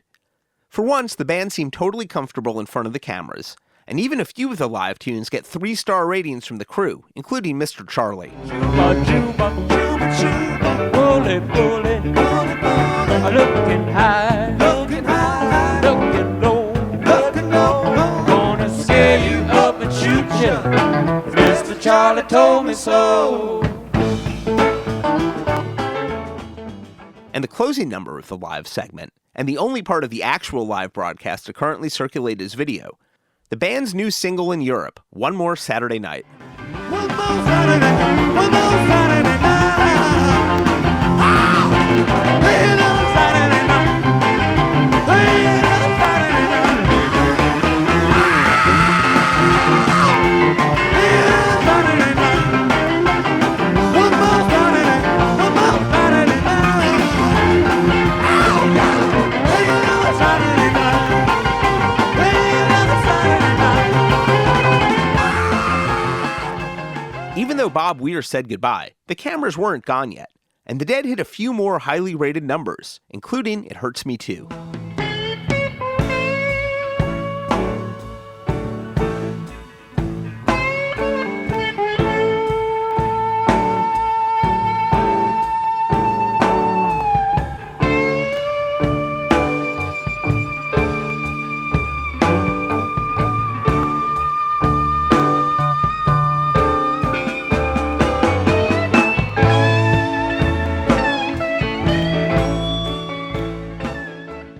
And Ramble on Rose. I'm gonna sing you 100 verses in ragtime. I know this song, it ain't never gonna end. I'm gonna launch you up and down the local county line, take you to the leader of the band. Perhaps the show's most legendary moment didn't warrant a rating, but it's there on video. My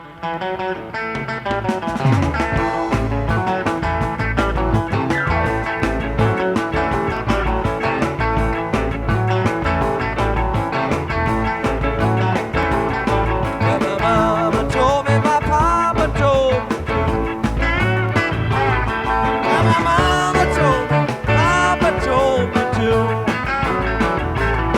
And I should be here trying to sing these railroad blues. During Big Railroad Blues, the clown masks and Groucho Marx glasses they'd been using to weird the locals find their way to the stage, with band and crew alike donning bozo costumery for one of the band's most visually arresting performances. And it was me that went in New York to a joke shop and bought all those bozo masks and all that stuff. We brought a big bag of those with us, just for the hell of it. And ended up becoming iconic to that tour as the guys wore them in a couple of places and played, you know. And we would go into towns in our two buses, and we had 50 of us.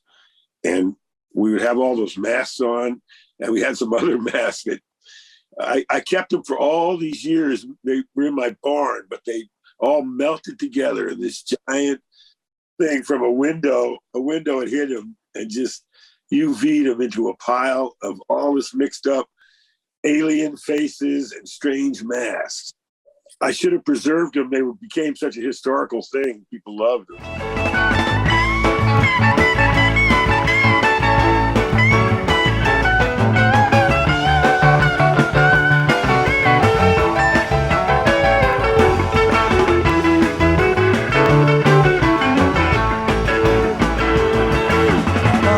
Told me, my papa told me to. When the shoot ended, the band took another set break and came back for another piece of important business.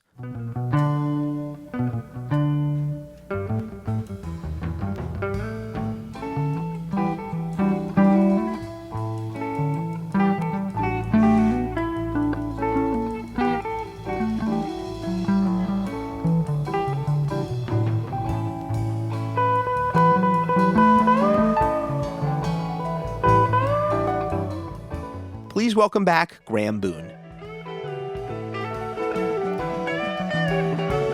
Jerry repeating that riff, pushing it in there, and everybody's getting behind this beautiful progression. Energy picking up.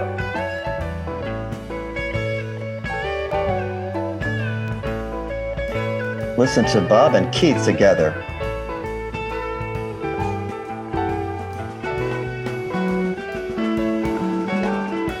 Interesting move. Jerry on this slow descending line. Low, down, down, down.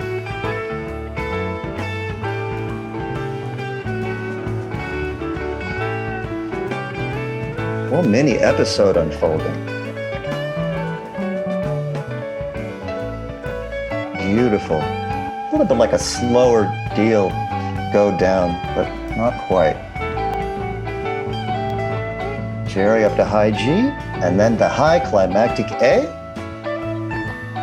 There you have it, guys. It's that climax riff. Beautiful dark star progression.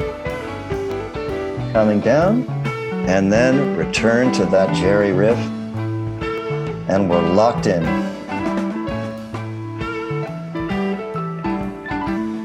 And now, quieting down for the first verse.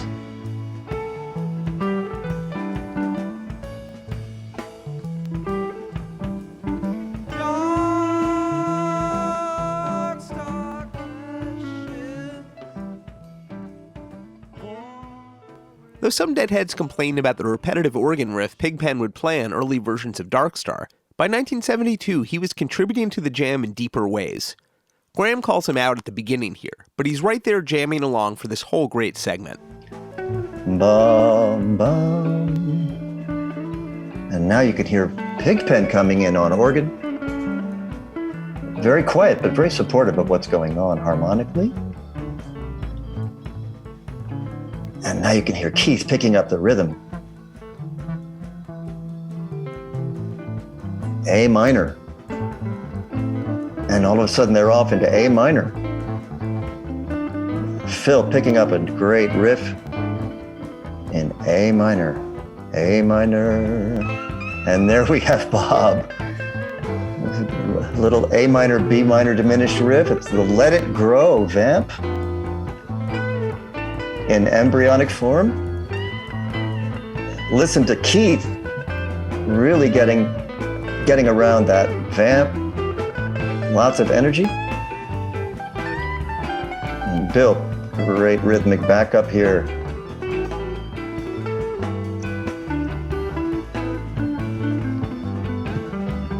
Phil backing up the Bob riff. So here Jerry starts playing gestural ideas that aren't really in the meter.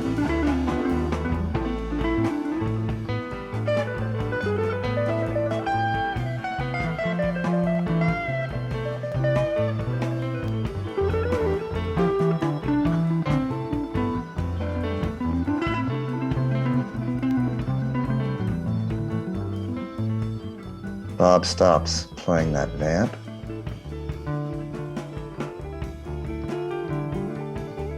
Going to D minor. Interesting. Where might they go from here? Now to G. Mom. And then back to A minor.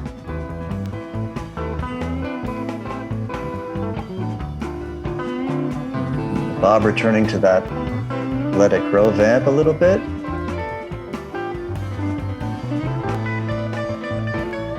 Notice the loose meter.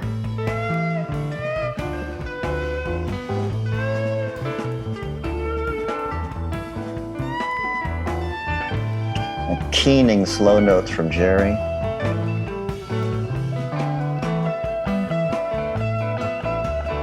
And now Jerry hitting an insistent high E.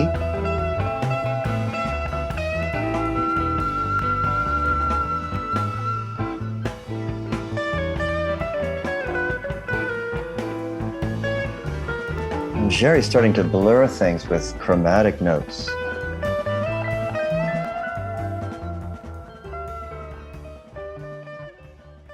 The Dead liked their song suites, and in Europe, Dark Star was pretty solidly linked to one song in particular.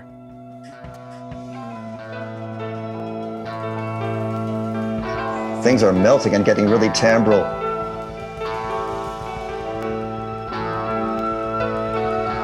Oh, beautiful. Complete opening up. Onto A major.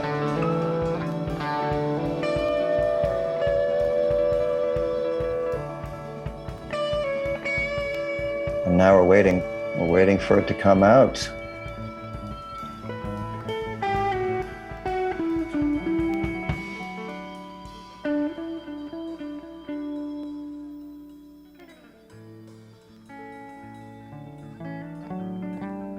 Beautiful harmonies from Jerry.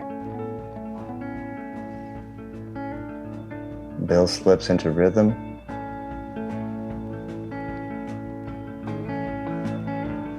Bob takes over. And we're into Sugar Magnolia.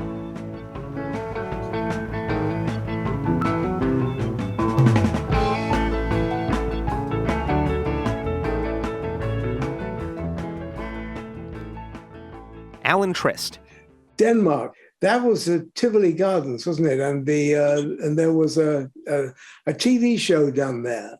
I think later on it became problematic for copyright reasons as to how it could be used. David Lemieux. There's a copy in the vault, but there's no ownership and there's no quality to do anything with, even if there was. But there is a master somewhere in Europe that is owned by somebody, by an organization. Also, unfortunately, the third set from Tivoli 417, which is the Dark Star Caution Night, there doesn't appear to be video of it. I think there's a one-camera shoot on kind of mediocre video that's more of an in-house feed. I think it's more of like a closed caption or a closed circuit thing, whereas the rest of the show looks amazing. That was the part that was broadcast and looks wonderful, multi-camera, great angles. The third set, unfortunately, wasn't. There's no known great quality film of it. And we have talked to the owner and they've dug through and they've never found that either. But it was an important show. It is one of those shows that you talk about. It's not, forgotten. Also because mainly because it was recorded and has been shown many times on Danish television. It's something that pops up as being one of the historic shows in Denmark. And people refer to, and that's why I said that if everybody who claims being there on that night, Madison Square Garden would be too small to play for having all those people. Pigpen made an impression, as Hans Frank recalls. Well, I'm really happy that we managed to see and hear Pigpen play and sing. That was amazing. Actually, when I was I went into the Air Force a year later and to do my service.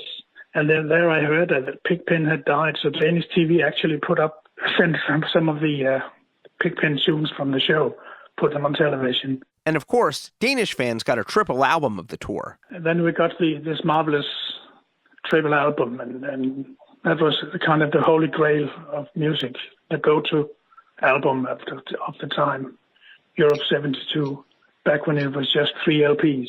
Brought back some of the sensations of that night. And fans who attended the first night at Tivoli can even say they contributed. Yeah, I'm clapping on that. So is Dan Terrell, who continued to be an enormous Grateful Dead fan, reviewing their albums and writing likely the only Danish language essay on Robert Hunter, even translating some of Hunter's lyrics into Danish. Dan Terrell would die in 1993, but would have one more powerful encounter with the Grateful Dead. Lars Movin. On his very last trip to California in 1989, he actually got to see Grateful Dead on sort of their home turf or whatever. They played a number of shows. I think it was 3 days in a row in Mountain View, just south of San Francisco, in something called the Shoreline Amphitheater. And he happened to be there on holiday with his family, or they were traveling California. He went to see them on the first night, Friday, September 29th. The first night, Dan Terrell saw the Dead revive Death Don't Have No Mercy for the first time since 1970, later released on the So Many Roads box set. I come to your house, you know it don't take long. You look in the bed, find your mama is gone. Death don't have no mercy.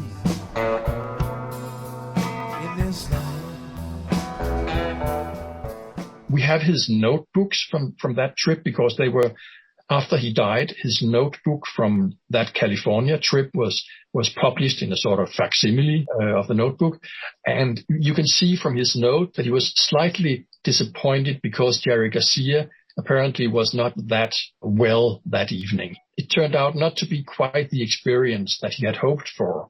But then his family convinced him to go back and see them again on the third night because they felt sorry for him that he was so disappointed. So he was allowed to go one more time, and on Sunday evening. And this time, Jerry Garcia was apparently much better, and it was a perfect concert. And they played Turn On Your Love Light that evening, which was one of the tracks that he really liked from the very first album that he ever reviewed by the Dead, Live Dead from 70. So he got to hear that track live, and they ended the night by playing Knocking on Heaven's Door by Bob Dylan as an encore.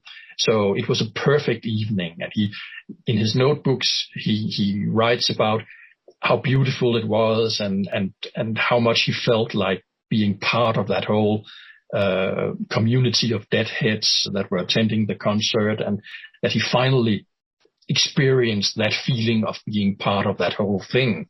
So in the next couple of days, he was just, floating on a cloud. And he says in his notebook, his family could hardly recognize him because he was just so happy. So it was bliss. So it was very beautiful that he got to have this experience because, unfortunately, he didn't live much longer. He got cancer when he was 47 and died soon after that. So that was sad. But he had this experience just before that. So that was beautiful. And just to give you another idea about how much he valued the Grateful Dead, just before he died, he had made a Danish translation, sort of his own version of Black Muddy River from In the Dark, where he sort of transformed it into a piece about Copenhagen or a Danish location. And on his own request, Black Muddy River, the actual track from Grateful Dead's album, was also played at his funeral. So the Grateful Dead followed him right till the end, you could say. I will walk alone by the Black Muddy River and sing me a song of my own. I will walk alone by the Black Muddy River and sing me a song of my own. The Danish Dead scene remains a cozy place. Bjørn Lindstrøm, who saw the Den in 1972, now runs the website dancingbear.dk, acting as an importer of cool Dead stuff to Denmark. I got the idea to save a little on the postage, which was a great part of the expense. If I could buy a number of each item, the postage would be spread out, of course. It started small in 99 and 2000 and grew very slowly, and it's not a thing I'm making big money out of. I don't have many regular customers, but the ones I have are very regular, both in Denmark and in many countries in Europe.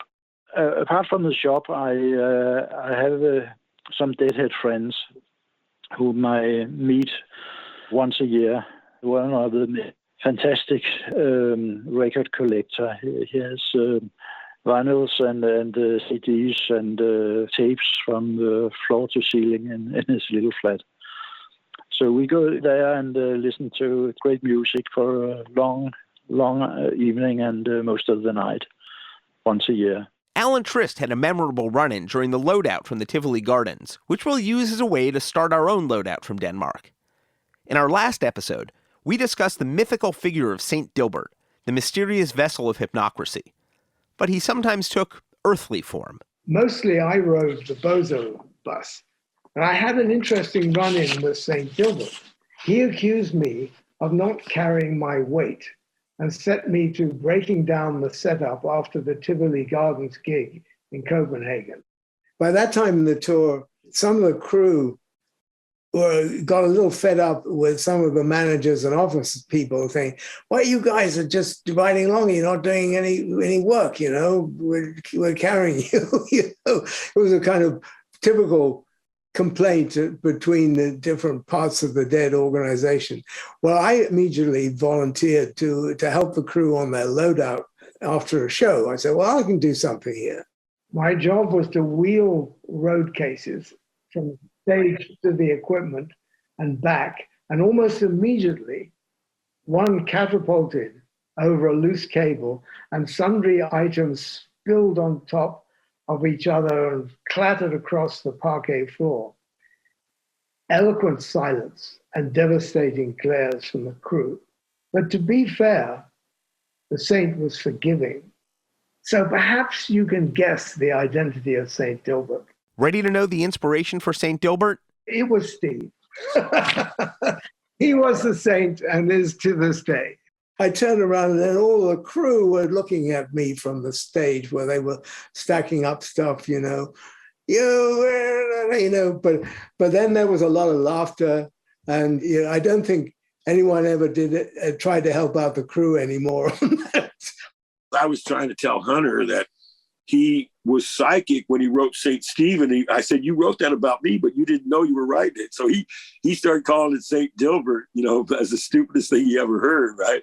And so he was playing with that. And it was onward to Germany. There was another ferry ride, as Donna Jean recalls her encounter with what is now known as Hajj, a Danish love of comfort. We left Denmark on a ferry, an overnight trip on a ferry, and that was also something that I definitely remember, because at that time, I had no even thinking about what European bedding was like. Like, it was so different than ours.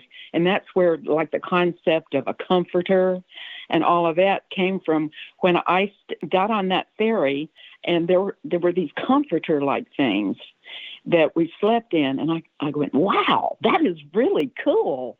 That's very different. And I loved being on that ferry. And I have a photo of Keith and Jerry just smiling, laughing together on that ferry. And it's just a special memory.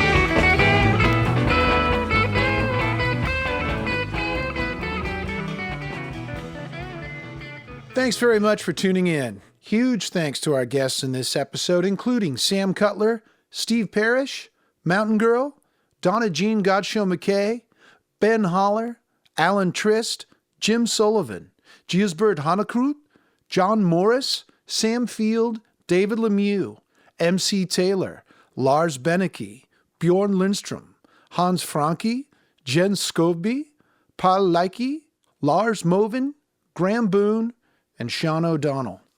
And please don't forget to like and subscribe. Thanks very much. See you next week. Executive producers for the Good Old Grateful Deadcast, Mark Pincus and Doran Tyson. Produced for Rhino Entertainment by Rich Mahan Productions and Jesse Jarno. Special thanks to David Lemieux. All rights reserved.